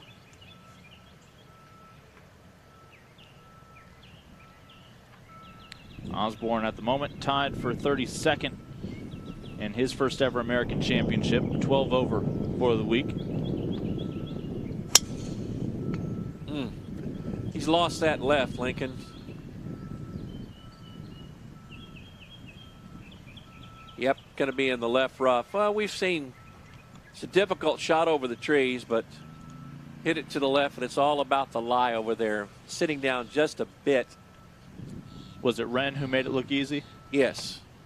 Wren made it look easy, and Bergstrom made it look real easy from Sweden as well. Wren really made it look easy with his chip-in birdie. You're looking at the 18th at the Copperhead Golf Course at Innsbruck in Florida, 443 uphill. This is a beast of a hole. It's a beast of a hole on the PGA Tour, and it's a beast of a hole here with the American Championship. Difficult uphill hole, as we've seen. Not many birdies. We just saw a birdie by Borja Martin of Memphis, but not many birdies today.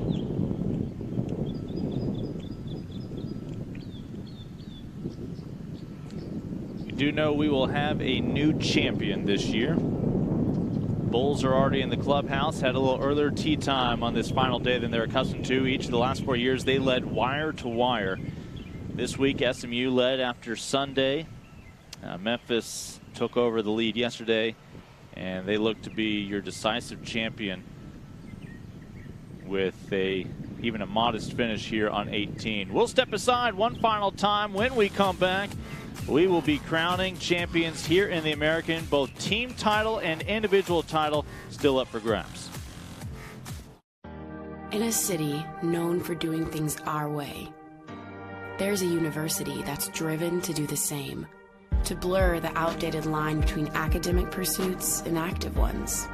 Not just to learn, but to experience, to create, solve, build, to explore and express, to lead. Because an education isn't something you get, it's something you do. I was the last person anybody's thinking is going to be in college athletics. One thing I really valued about my SMU experience was being in engineering school. I was taught how to think. In 2012, my wife and I decided to start our foundation. Basically, the goal is to let kids be kids while they're in the hospital, but also be able to return to being a kid when they're done. A huge part of my quality of life is the experiences that I've had, and that was all provided by SMU. I'm Thomas Morstead. Game changers are shaped here. You're looking at number 17 here at Innisbrook on the Copperhead course. Lincoln Rose, Ed Clements, Haley Outen with you.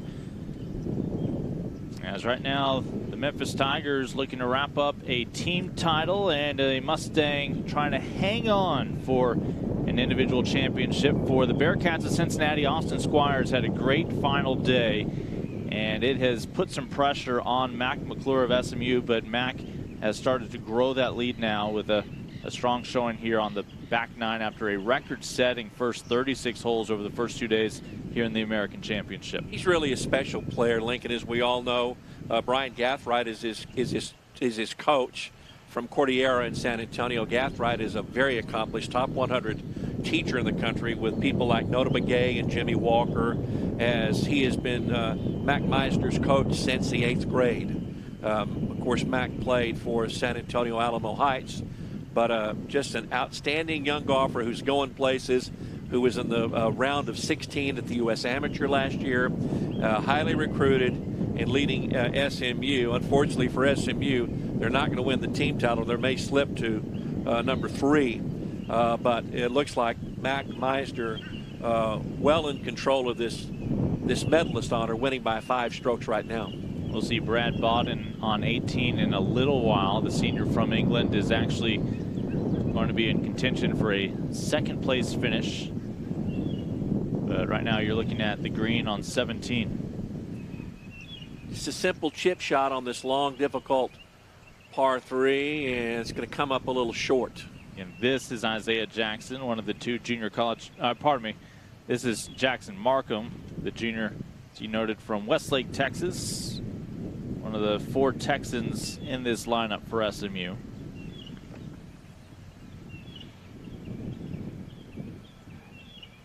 He's been paired with Isaiah Jackson today of Memphis.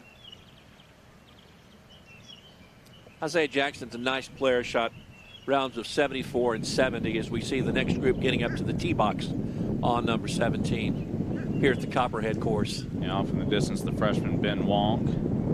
Senior Chase Harris. Let's take you back over to 18. Here's the 2nd shot of the Memphis Tiger. As Guillaume will make his way up towards the green. And back to the freshman, Ollie Osborne. Yeah, he's got to take it high over the big trees as he hit it left on his tee shot. And nice shot by Ollie. Really nice shot. Had to take it high. He's going to have a difficult downhill putt for birdie, but nice job by Ollie Osborne from Reno, Nevada.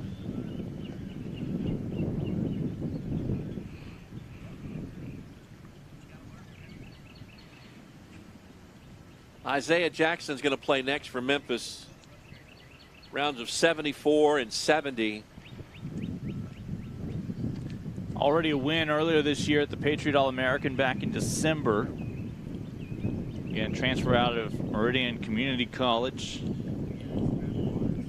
1 over for the day is Isaiah Jackson. Yeah, right now sitting tied for 12th, one of the 4 Tigers in the top 12. He's played even this entire back 9. A nice putt. Very nice putt by Isaiah Jackson. The Chevalier comes to the green complex here on number 18 at the Copperhead Golf Course.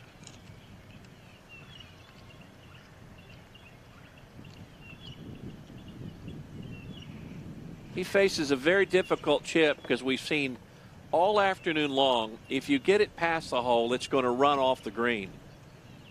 So he's just got to figure out and work to get it close and not hit it past the hole.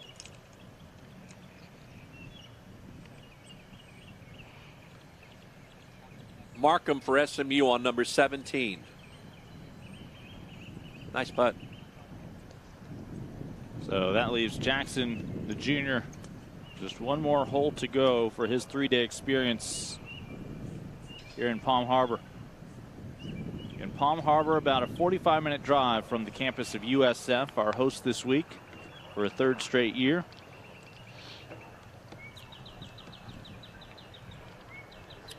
Boy, SMU needs some birdies on 17 and 18 to try to regain their 2nd place spot from UCF, who shot a very nice team, 285 today, 1 over par.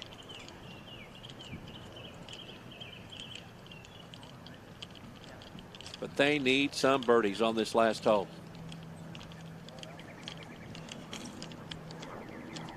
Got to clean up that golf ball there, Link. Get that mud off there. Tough shot for Chevalier from France, who plays for Memphis. Solid player. 72-72 the first 2 days.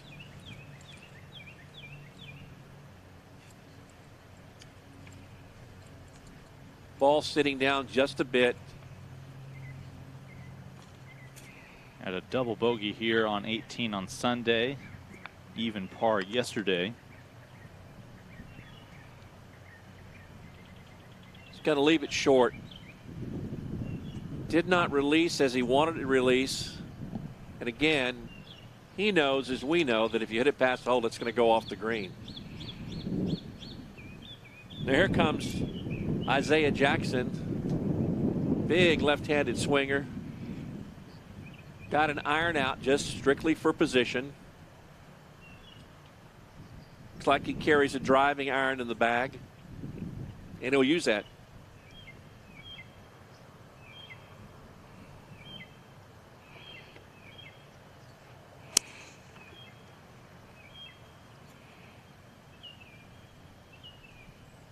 Trying to work that ball back into the fairway. Maybe in the rough over there.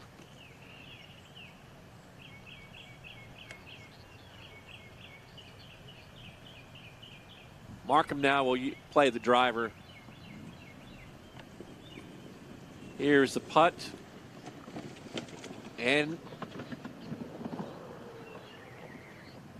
barely missed it.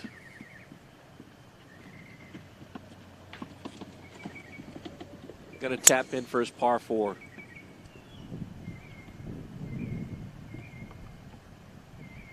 And that's a 4 for Ollie Osborne.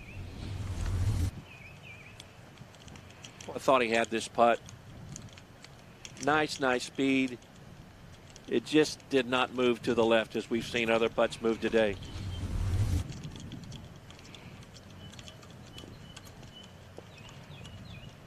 I'm lining this one up. Really grinding for his par to finish this tournament.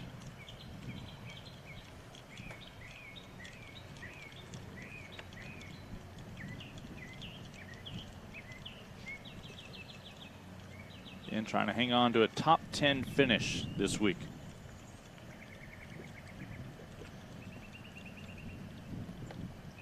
Right now tied with Yannick Emmert, who has already finished for Wichita State.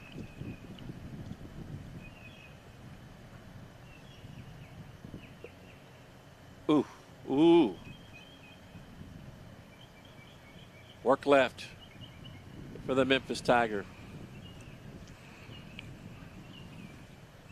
It's about pride now. The team title is locked up for Memphis, but Chevalier does not want to double bogey this hole, as this will be his bogey putt right now.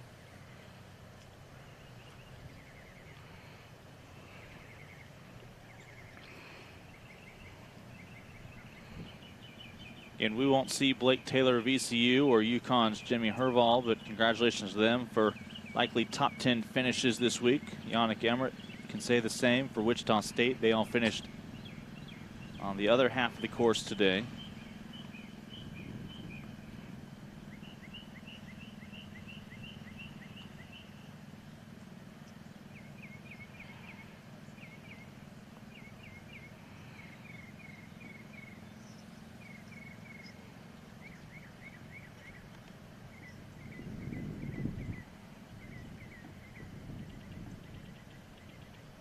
That hurts. That's going to be a double bogey for the young Frenchman.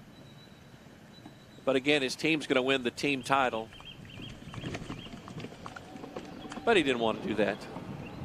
Yeah, still a team trophy on the horizon. Let's jump back over to 17. Ben Wong, the freshman for SMU, paired with Chase Harris, the senior. Homegrown out of Jackson, Tennessee for the Tigers.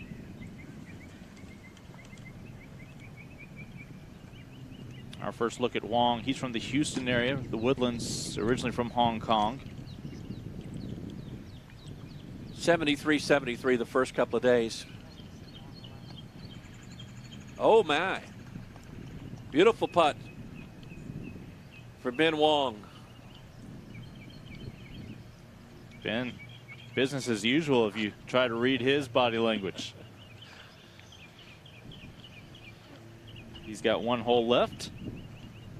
And Wong is one of 3 freshmen in the SMU lineup that's contending for a second place finish. Right now, a stroke back of UCF.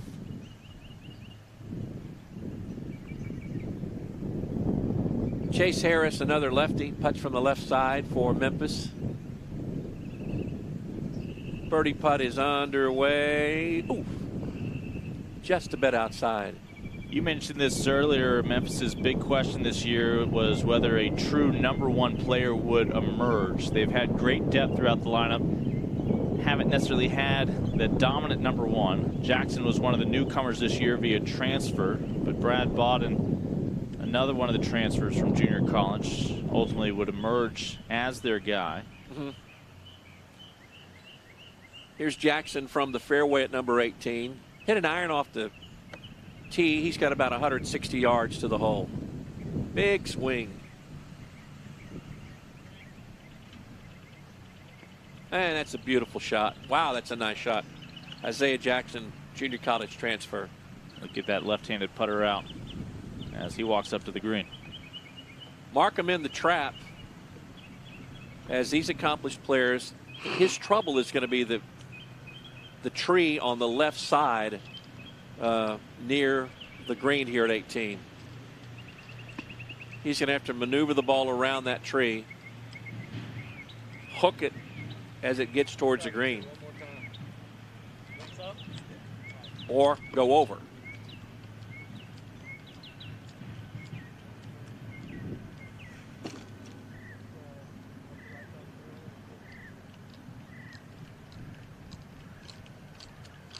Short.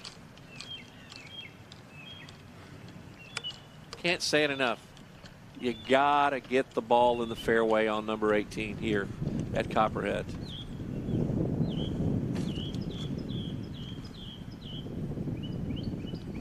In Isaiah Jackson, our third Tiger to come through. Chase Harris and Brad Bodden, his teammates, will close things out for Memphis, hoping to lock up their first ever men's golf championship here in the American, becoming just the third program to ever win the title here in the American Athletic Conference. As we just saw moments ago, Ben Wong and Chase Harris wrap up on 17. Yeah, Ben coming off a birdie on number 17, a bogey on 16, a birdie on 17. At the Snake Pit, the final 3 holes here at Copperhead.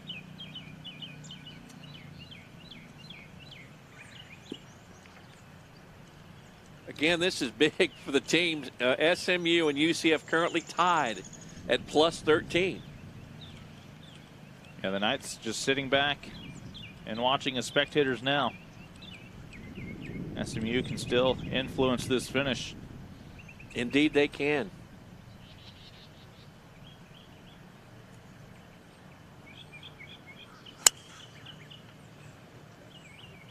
Ben Wan using the driver.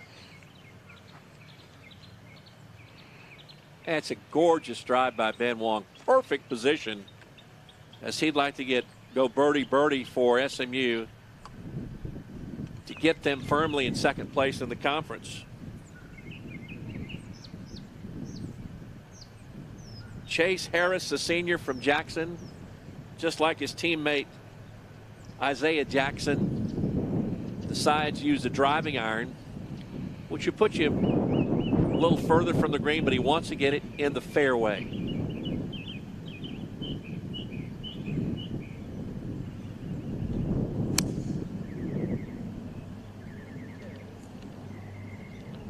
Looking anxiously to the left, though.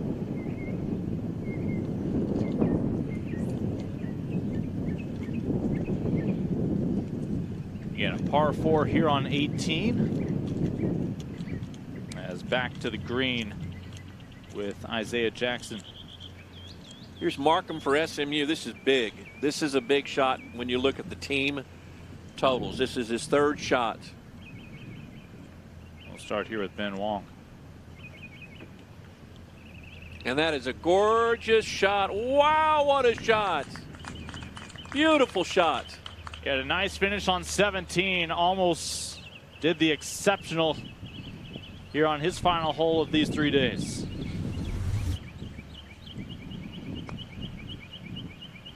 Just a flip of the wedge and inching closer and closer. What a beautiful shot. That would have been a birdie, but he's going to finish with a par. And again, that is huge for SMU when you're looking at the team totals.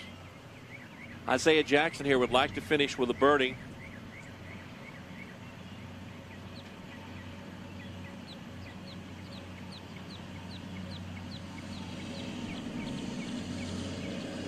He's 1 over for the day, 3 over for the tournament.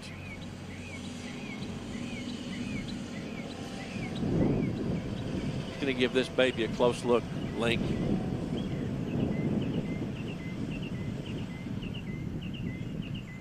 Tigers finished 4th last year. Their best ever finish was runner-up in 2016.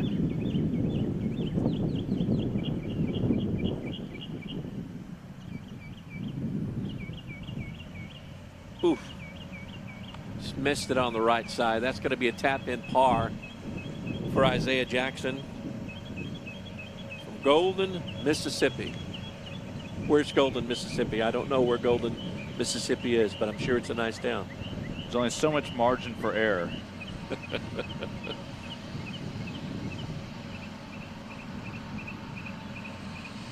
know where his junior college is, Meridian. Yes, Meridian, Mississippi.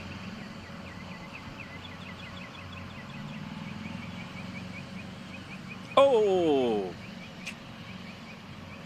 Tried to jam that baby in, and it wouldn't go. Well, the Tigers have enough of a cushion to absorb a bogey. So they've gone double and bogey their last 2 golfers, but not to worry, you Memphis golf fans.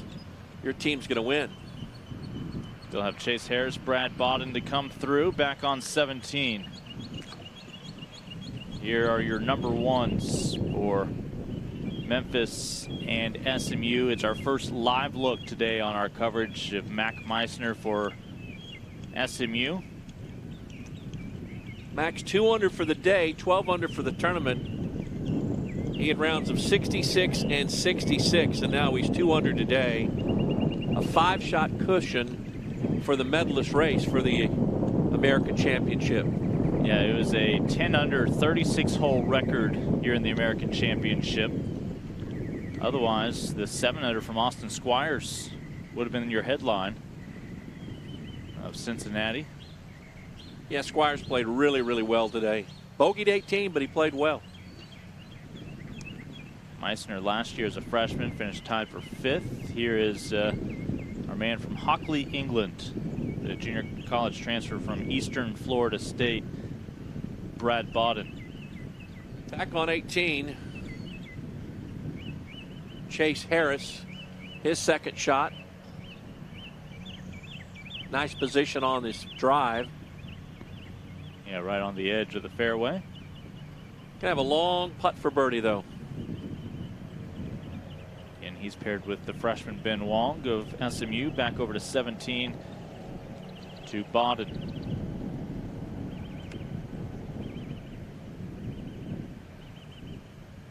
The Memphis program regularly the top academic GPA team for Memphis. Ben Wong's 2nd shot is off the green to the left. That's a makeable putt over there, and this is huge for SMU. If Ben Wong can somehow get that putt down, they could go in front of UCF to 2nd place in the team competition. Our first look at Mac Meisner, the uber-talented golfer from San Antonio Alamo Heights. As a freshman, broke the records of the late Payne Stewart and Bryson DeChambeau. Round of 16 in the U.S. Amateur. In high school, Lincoln, he had a 61 on a par 72 golf course while in high school at Alamo Heights in San Antonio. Sky is the limit for this young man. Goes from being a mule in high school to a Mustang in college.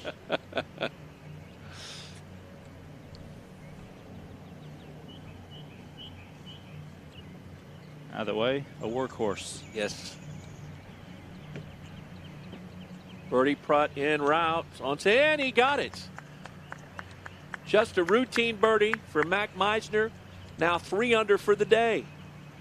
And that's, again, huge for SMU. That should put SMU in 2nd place now in the team competition. His third birdie now on the back nine with 1 hole to spare. He had a new putter, too. He got a new putter a few weeks ago, Lincoln. Brian Gathright, his coach, told me yesterday, and he's just fallen in love with a Scotty Cameron Newport type putter.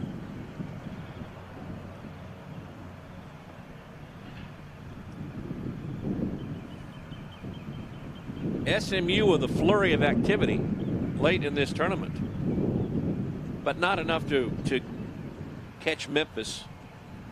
Memphis will have a comfortable double-digit win in this tournament. But they hope it'll be enough to hold off UCF. Knights finished with a 13 over for the 3 days. That's where SMU has been sitting. I think SMU is now 12 after that birdie by Mac Meisner. We'll see. Get the official scoring from Golfstat.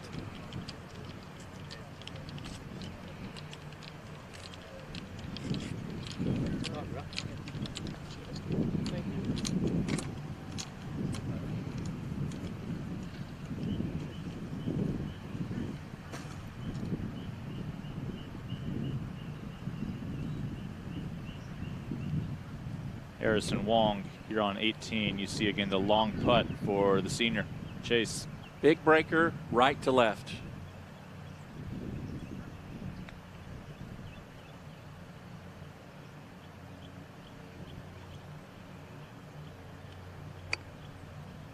As we've seen time after time, get past the hole and it's not going to stop. He's going to have a tester coming back for his par. It's right in Wong's line. Interestingly, Wong has decided to take the flagstick out. His prerogative, of course. Uphill putt going left to right.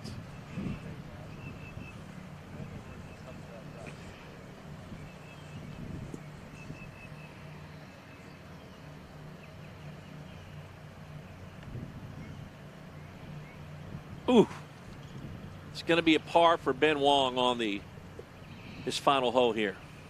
Back to the tee box, Mac Meisner with a driver in hand.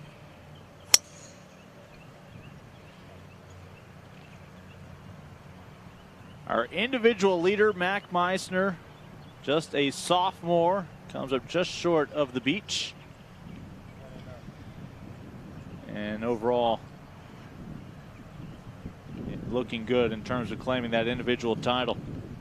Again, paired with Brad Bodden, the senior for Memphis. Interesting, another Memphis Tiger with an iron off the tee.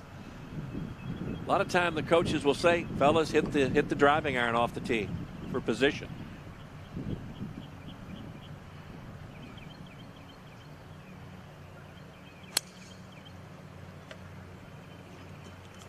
Bodden sits in third right now. 4 birdies and a bogey through the first 17 holes. Has him 3 under on the day. Wong and Harris make their way off the 18th green. Ben Wong goes bogey, birdie, par on his final 3 holes. Just a moment ago, the finish. As the senior Chase Harris, one more tap to close out his final American championship. It's a bogey for Chase, so we see a little stumble by Memphis down the stretch, but they weren't stumbling the first 2 days in the first 9 holes. Yeah, again, they earlier this week put up one of the great rounds in this conference's history to help aid them in pursuit of this championship. And the anchors making their way towards the fairway for Memphis and SMU, Brad Bodden and Mac Meisner, respectively. Brad Bodden currently 1 shot behind Austin Squires for 2nd place for the individual race. Mac Meisner now 13 under par. Squires from Cincinnati, who bogeyed the last hole, is at -7. And Brad Bodden is at -6, the young player from England. Interesting to see where Bodden chooses to play next year. If he'll attempt the PGA Tour, the web.com, or if he'll go back and play on the European Tour. Because he definitely has the game to do so. And a guy who definitely has the game is Mac Meisner from SMU. It's going to be interesting, Lincoln, to see what happens this summer for Mac Meisner. He'll be going again to the NCAA tournament, and then he'll play in the series of the top amateur golf tournaments in the country. Again, he was in this final 16 of the U.S. Amateur. You got to believe if he has a good summer, he may decide to turn pro. If not, he comes back. He's a very smart student, smart guy. And I know his parents would probably want him to come back and finish school at SMU his last couple of years, but this young man has a lot of game. Really sounds like he just has some horrible options ahead of him. Yeah, horrible options. Play professional golf or get a magnificent degree from SMU. And we heard the sophomore chat with Haley, and he may very well have another conversation with her on the horizon. Mac's in good position, short of the green, but again, he's got the problem of the tree right by the green on number 18 here at Copperhead. It's going to be a little, well, not much of a problem because he's in position pretty good. Different story for Bodden. Out of the rough. Looked like he had a little hard pan there.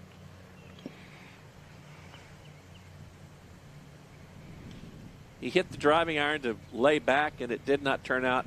He's going to be short right side of the green. Going to be a testy little chip.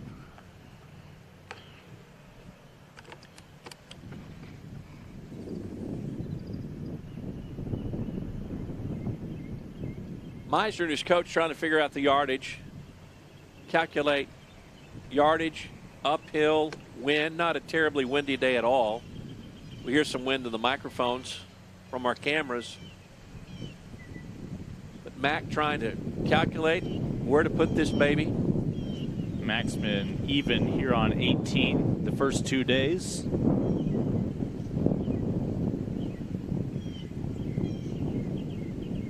Truly a dominating performance by Mac Meisner. Short iron in hand.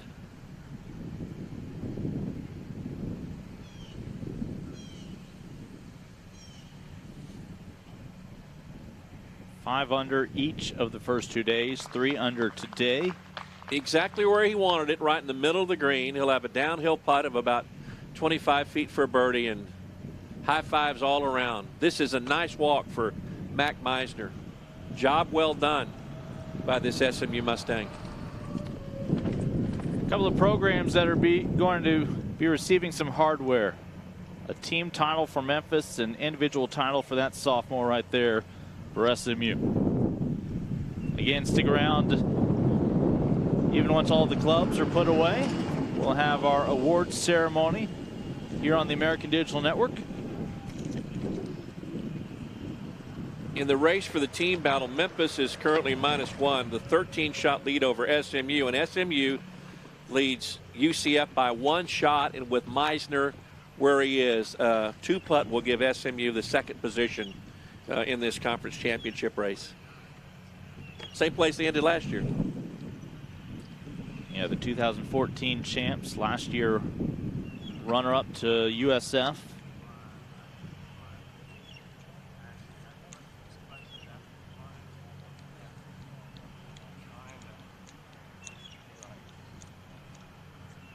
Well, the next time we will see Memphis will be in a regional, as they richly deserve the bid to go to a regional tournament. And with their consistent play, and I'm telling you, they're a consistent golf team. I know they've stumbled down the stretch here with the last 3 players, but they are very consistently around 70 to 73. And you've got to do that to compete for a national title. You've got to do that. I know we've gone away from the score for the national title. It's now the match play for the national title at the finals of it, which will be in Arkansas this year.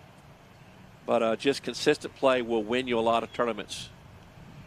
Brad Bodden has been consistent, 70 and a 69 in his first 2 days. The senior from Hockley, England.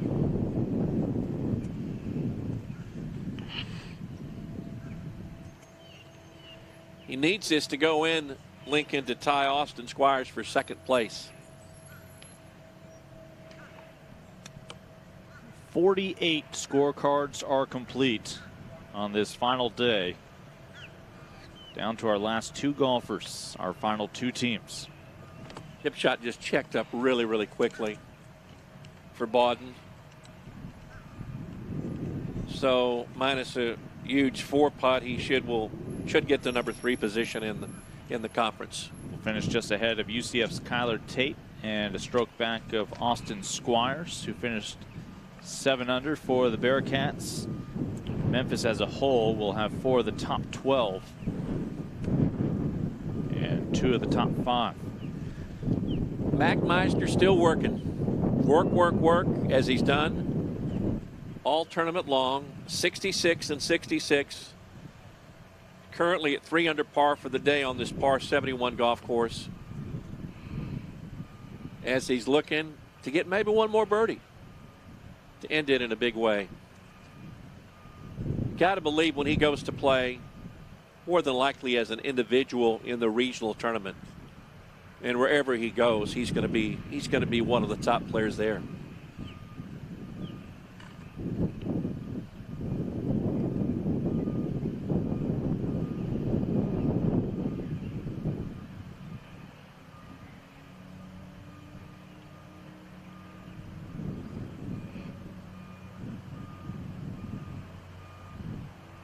This putt is mostly about speed.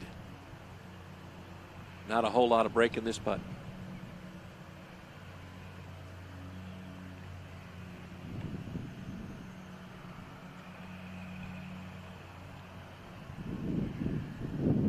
Will it reach? Ooh. Nice putt, and he will finish his tournament with a par 4 on the Copperhead hole here at Copperhead. Well, he was going to rewrite the record book. The question was, what would be the final number? As there will be one more putt to go for Meisner.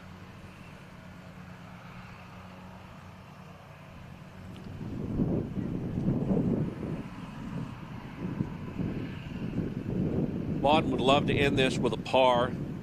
He's firmly in 3rd place in the race for the conference title, individual title. His team is going to win, has won the team title.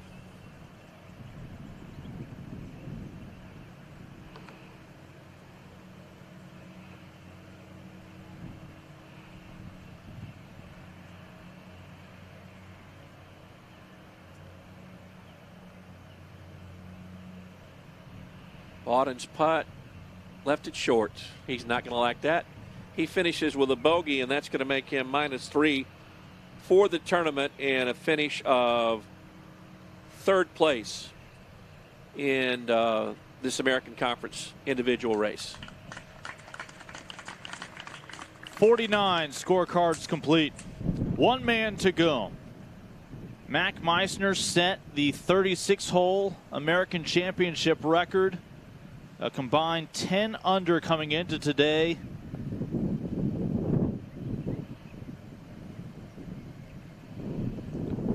And he'll take the 3-day record as well. 13 under for the sophomore Mac Meisner. The new American standard for the individual. Your champion here in 2019. Well, it's nice to watch him finish that way. 66, 66, 68 today, as he is the individual champion. Mac Meisner from San Antonio, one of the rising stars in the NCAA golf scene, who just dominated this individual tournament and also helped his team finish in 2nd place. SMU players played 17 and 18 beautifully to get the 1-shot lead over UCF for the 2nd spot in the conference. Mustangs celebrate Mac, but it's the Memphis Tigers as a team taking home their first team title, becoming just the 3rd different American program to capture the crown. When we come back, trophies to hand out here in Palm Harbor. Copperhead course, third straight year here complete. Our championship coverage continues here on the American Digital Network.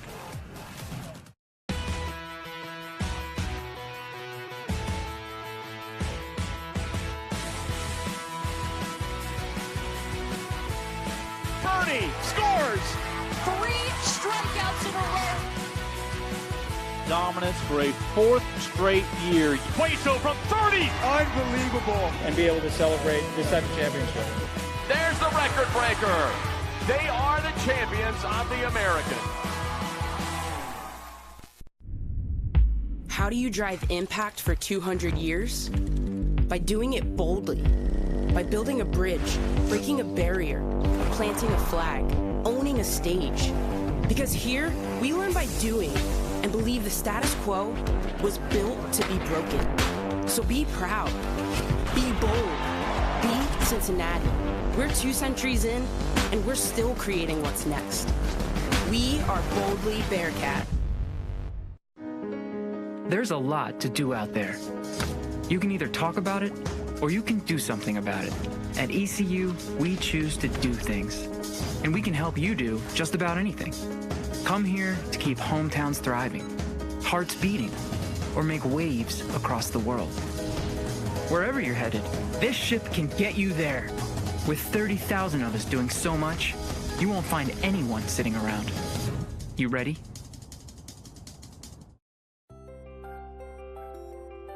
Powerful minds, strong in mind, strong in body.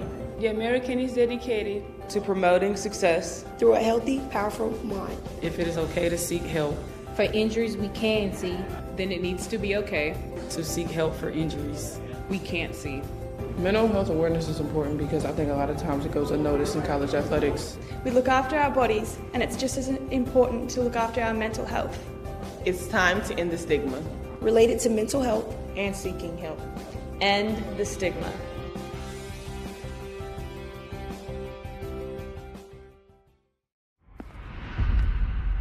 We're the visionaries chasing our dreams. Make a difference how we're living. Never routine. Conquer the impossible. Rise, break through.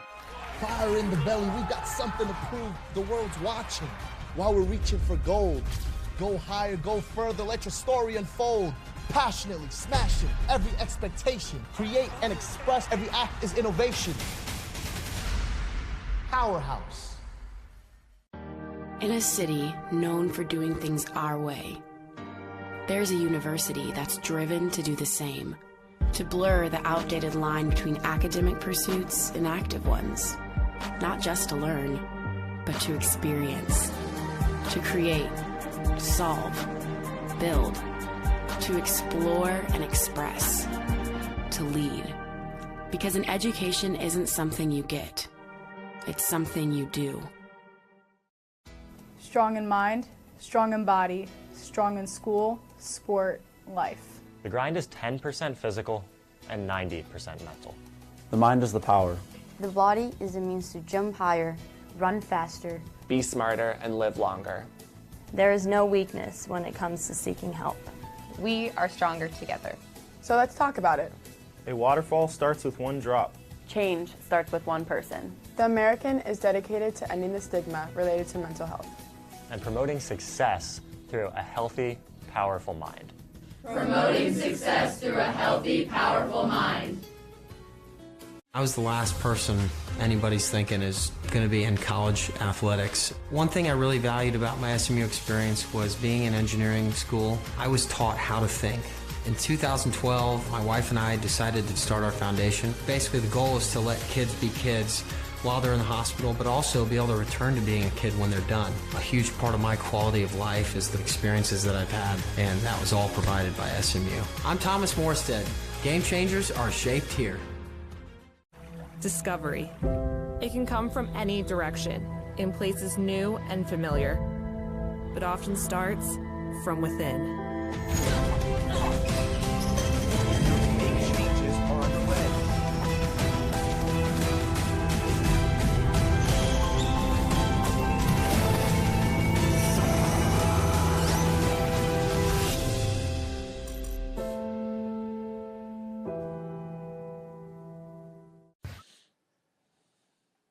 Well, just our third different men's program to ever win the American Championship. The Memphis Tigers took over the lead yesterday, closed it out in style today, and even with a few bumps on 18, able to hang on for an even finish.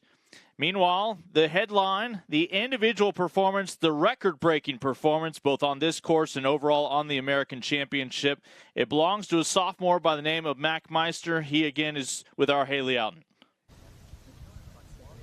Mac, a tournament low, 13 under. How would you sum up your performance over the course of the 3 days here at the conference tournament? I mean, I played exactly how I wanted to. Didn't really make many mistakes. Only had 3 drop shots the whole tournament. So just played steady and then took advantage of the holes that you have to birdie out here. Because, I mean, this is a really challenging course. And if you keep it in play and just take advantage of the par 5s and then a couple short par 4s, you have a good chance out here. And I did that this week. So, yeah. Shot 66 the first 2 days. What was the mentality heading out into day 3 with the lead? Just trying to grow that lead by more. And, I mean, most of the focus today was on trying to get the team win. So I think that actually helped me a little bit, kind of calm the nerves and not try and just get the individual win. Just trying to make as many birdies as I could for the team and try and get us into a position where we could win. But unfortunately we didn't do that, but we played great. Everyone fought really hard and then came out with an individual win, which was really cool. So, yeah. You mentioned this is a challenging course, and funny enough, the first ever tournament played in the American here at Innisbrook, former SMU alum Bryson DeChambeau set that record, finishing 7 under par over the course of 3 days. And you just surpassed that. What comes to mind when you hear that? I mean, Bryson's a pretty good player. He's pretty high in the world, and to be able to do that it's really cool, and kind of shows me kind of what hopefully is in store for me and kind of what I have coming down the road if I keep working hard at it. So, yeah, it feels great. Thanks, Matt. Congratulations. Appreciate it. Thanks so much. Haley, thank you again. The old mark was 7 under on this course for the championship. Championship record 11 under overall, and, well, the sophomores made it easy on us. He has the record regardless of course. Mac Meisner 13 under today. Austin Squires 6 strokes back, a 7 under second place finish. Brad Bodden of Memphis 5 under. Again, Memphis, your team champions, finished even. Blake Smart, what a job. The head coach of the Tigers this year leading the way. That's a 12-stroke separation between 1 and 2 as SMU finishes second. It's just consistency by Memphis. You look at their players. Brad Bodden finished in 3rd, Harris 5th, Jackson 12th, Chevalier 12th, and Martin 21st. That is consistency, and that will give you the team title. Mac Meisner, let's put this in perspective.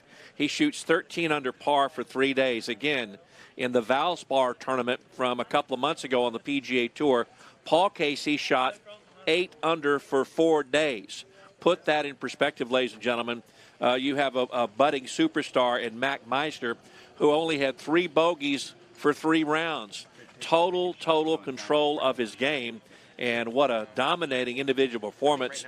But credit Memphis for having consistency, as they had an individual 3rd place, 5th place, 12th, and 21st. That's the type of golf that will get you to championships, and got them to a championship this afternoon with the American Conference. Again, Memphis finishes 12 strokes better than the Mustangs in second, who are able to hold off UCF, who was 13 over par. 1 stroke back with the Mustangs, and the Bulls, your 4-time defending champions for the first time in quite some time, will not be leaving with the title. Instead, they finish in 4th. Meisner, our individual champion. Memphis, our team title winners. Meisner, I don't know if they've done this or not, Lincoln, but those people who run the Byron Nelson Golf Classic at Trinity Forest, where SMU, that's their home course, I think they need to look long and hard about giving Mac Meisner an exemption to this tournament, because he has richly deserved it. I would love to see what Mac Meisner would do against the pros. I know there's a qualifying next week for the Byron Nelson at a couple of courses in Dallas, but for my money, I would love to see the Salesmanship Club and the Byron Nelson folks give Mac Meisner an exemption to play in the tournament, as they have done with Tony Romo, who'll be playing in the Byron Nelson Golf Classic. The ink is drying on the scorecards. When we come back, trophies to be distributed. The Memphis Tigers, for the first time in program history, are American champions. Mac Meisner will be grabbing some hardware as well.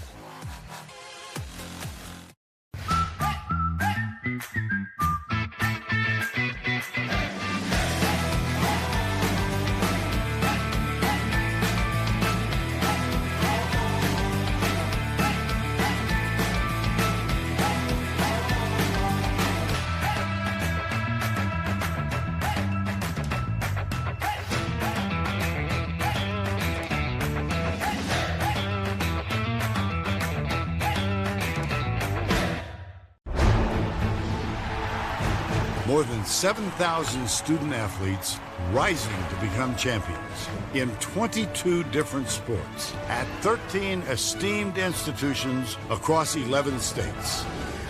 360,000 students and 2.6 million alumni rise up in celebration of a Power Six conference known as the American, powered by determination.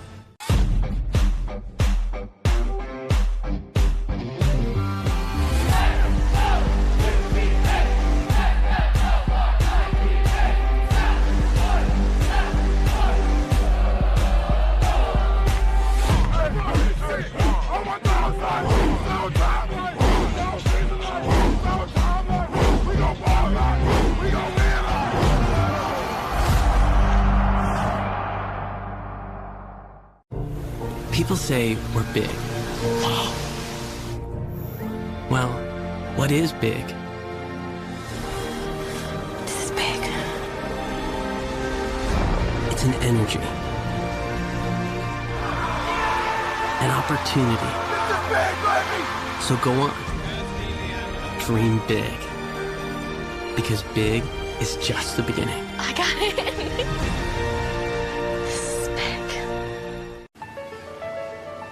This is a classroom. This is a lab. This is a study break. This is our backyard. This is home. This is Yukon. Power comes in all forms. Power is a big tackle, a big save, a clutch hit, or a game-winning shot. Power is also standing up for what is right. There is power in the sportsmanship that is displayed across the American. Power is respecting opponents, Officials, student athletes, Coaches and team representatives. Power is not tolerating racial or ethnic comments, Profanities or other improper actions while at the game. The American. power for life. The American, power for life. The American, power for life.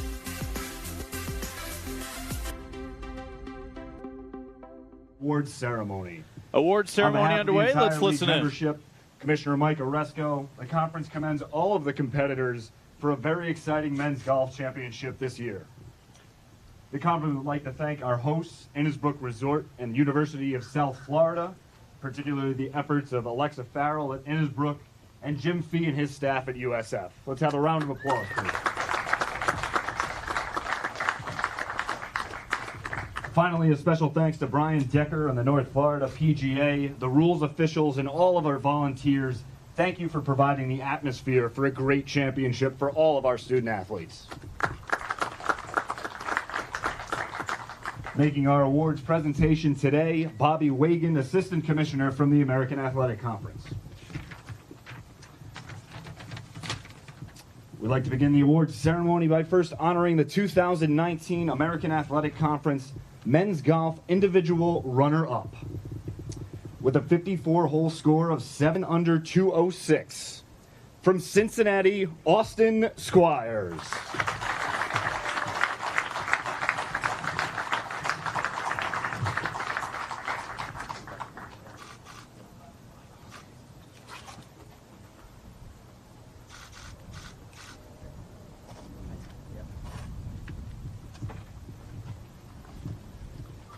And now the 2019 American Athletic Conference Men's Golf Individual Champion. A 54-hole score of 13 under 200 from SMU, Mac Meisner.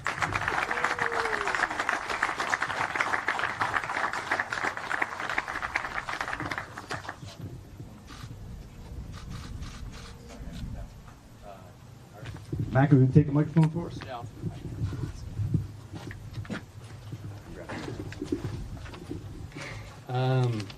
I guess it's fitting that it's Easter weekend, so I want to thank the big man upstairs for giving me this opportunity. Secondly, my teammates and my coaches for pushing me all year, you know, continuing to believe in me and pushing me to be the best player I can be. Wouldn't have been able to do it without you guys, so thank y'all. Innisbrook, wow, the course was awesome this week. Greens were amazing, and it's a very fitting place for me to get my first individual win. So thank y'all so much for hosting us this week. It was a blast. And then lastly, I want to thank my parents. They're not here this week, so it's a little bit of a bummer, but I just want to thank them for all the support that they give me. Wouldn't have been able to do without them. So thanks everyone, and to all the competitors. Great play in Memphis, great win. We'll see y'all next year. So thank y'all.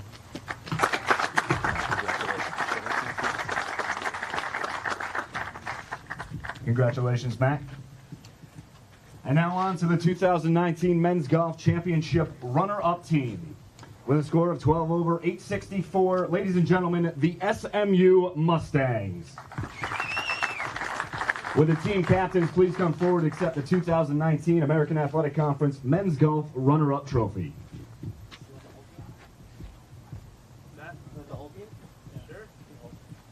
Would the whole team please come accept the champion runner-up trophy?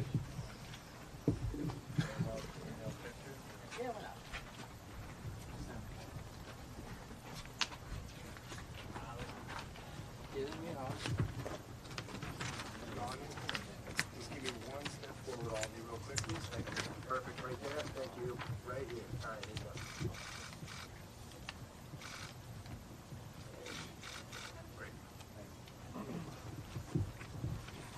Let's hear it one more time for SMU.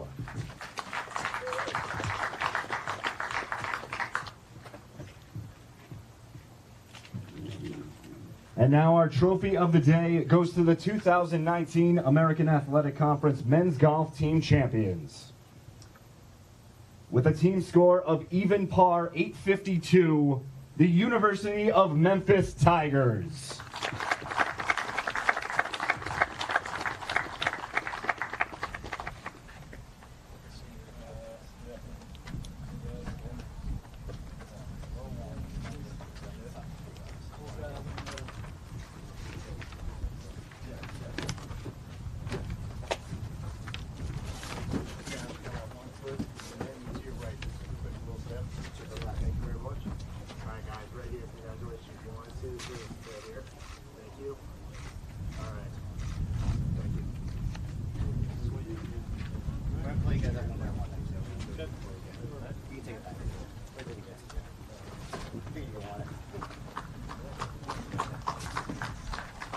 And now we'd like to honor each member of the 2019 American Athletic Conference Men's Golf Championship team.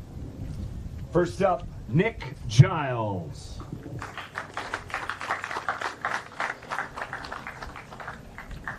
Thanks so much. Guillaume Chevalier.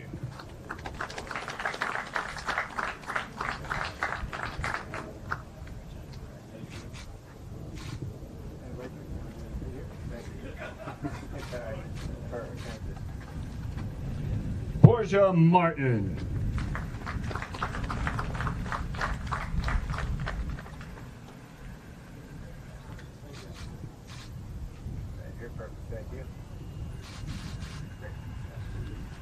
Isaiah Jackson.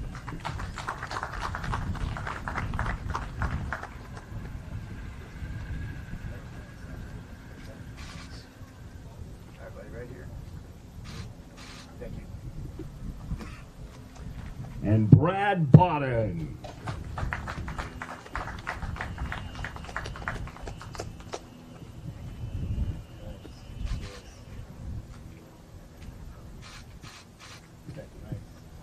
Assistant coach Will Pearson.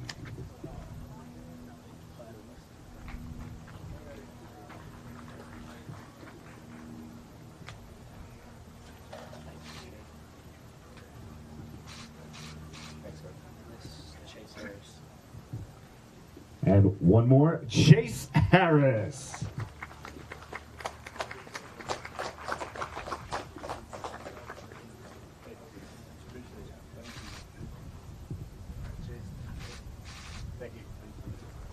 And last but not least, head coach Blake Smart.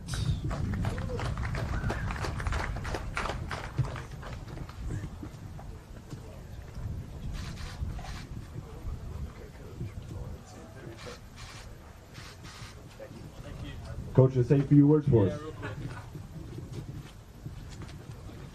Real quick, I know everyone's covered most everything, but thanks to the staff, superintendent, University of South Florida for providing all the facilities and extra things and water and making sure everything went all smooth, and it was a great championship. And of course the conference staff, thank you for all your help in putting on a championship, and appreciate the great weather and enjoyed it. SMU, enjoyed playing with y'all the last couple of days. Good luck the rest of the way. Same to everybody else. Thanks.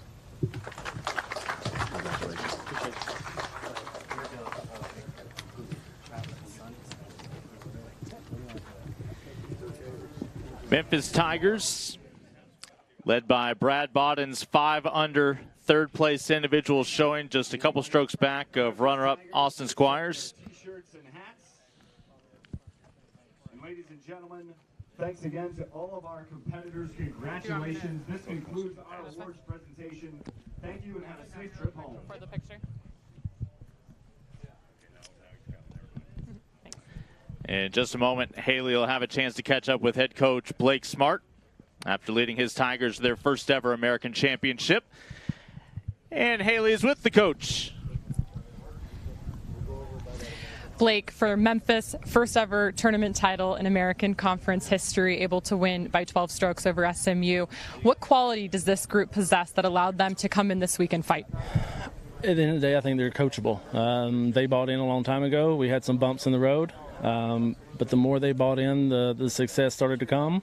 And so this week, I think, was just a culmination of a lot of weeks of saying the same things over and over and them buying in, and wow, they played awesome. 4 players finishing in the top 12. How much of this effort was balanced in a true team effort in the end? Yeah, I think when I'm out recruiting, we maybe don't always get the 5-star guy. So not having a horse out front to run, but I know that 5 guys in the game every day can take care of a lot of things. So that's kind of been the way we go about doing things every day in recruiting. And I think just the support, the number 1 guy gives the 5, and on down the line, the boys at home who maybe aren't here, is pretty cool. Your team lives to see another day and is now headed to the NCAA tournament. Yeah. How excited are you, especially for this group of seniors who have been there throughout this journey with you? Yeah, it's been, I think, 3 years since we did. So it's a long time. I don't like those streaks. So I'm excited to get back. I think it's where ultimately we belong, and I think that's the kind of quality golf we can play. And so once you're there, who knows, we can have a lot of fun. So hopefully on to national championship. But we got a lot of work to do, cleaning things up always, and I'm sure I'll give them a hard time for the next couple of weeks. Thanks, Blake. Congratulations. Thank you so much. Haley, thank you, Ed. We saw a total team effort for Memphis to claim their first title, and of course a brilliant individual showing for a young sophomore from Texas. Yeah, it's great to hear the coach talk about the team aspect, because it was a team effort by Memphis in this win. He's got 5 guys that are pretty equal, that shoot consistently low scores, and that's how you're going to win in the NCAA golf scene. Mac Meisner, what a story he is, an up-and-coming star. He could do some damage in the NCAA tournament, but the victor goes to Memphis. Consistent team effort, TEAM, by Memphis, and I'm so happy that they get this conference championship, and they do it with 5 guys who really, really play together. The Memphis Tigers are your American champions. For the first time in program history, they capture the title here on the Copperhead course. Our 3rd straight year here in Palm Harbor. So many memories, some great finishes here on 18. Great to have you along for the ride. As the 3rd and final day of our championship complete, congrats to everybody taking home the hardware. For Ed Clements and Haley Alton, I'm Lincoln Rose. Big thanks to our entire ADN crew as our spring championship coverage continues on into the rest of the year. Memphis marches on to the NCAA postseason.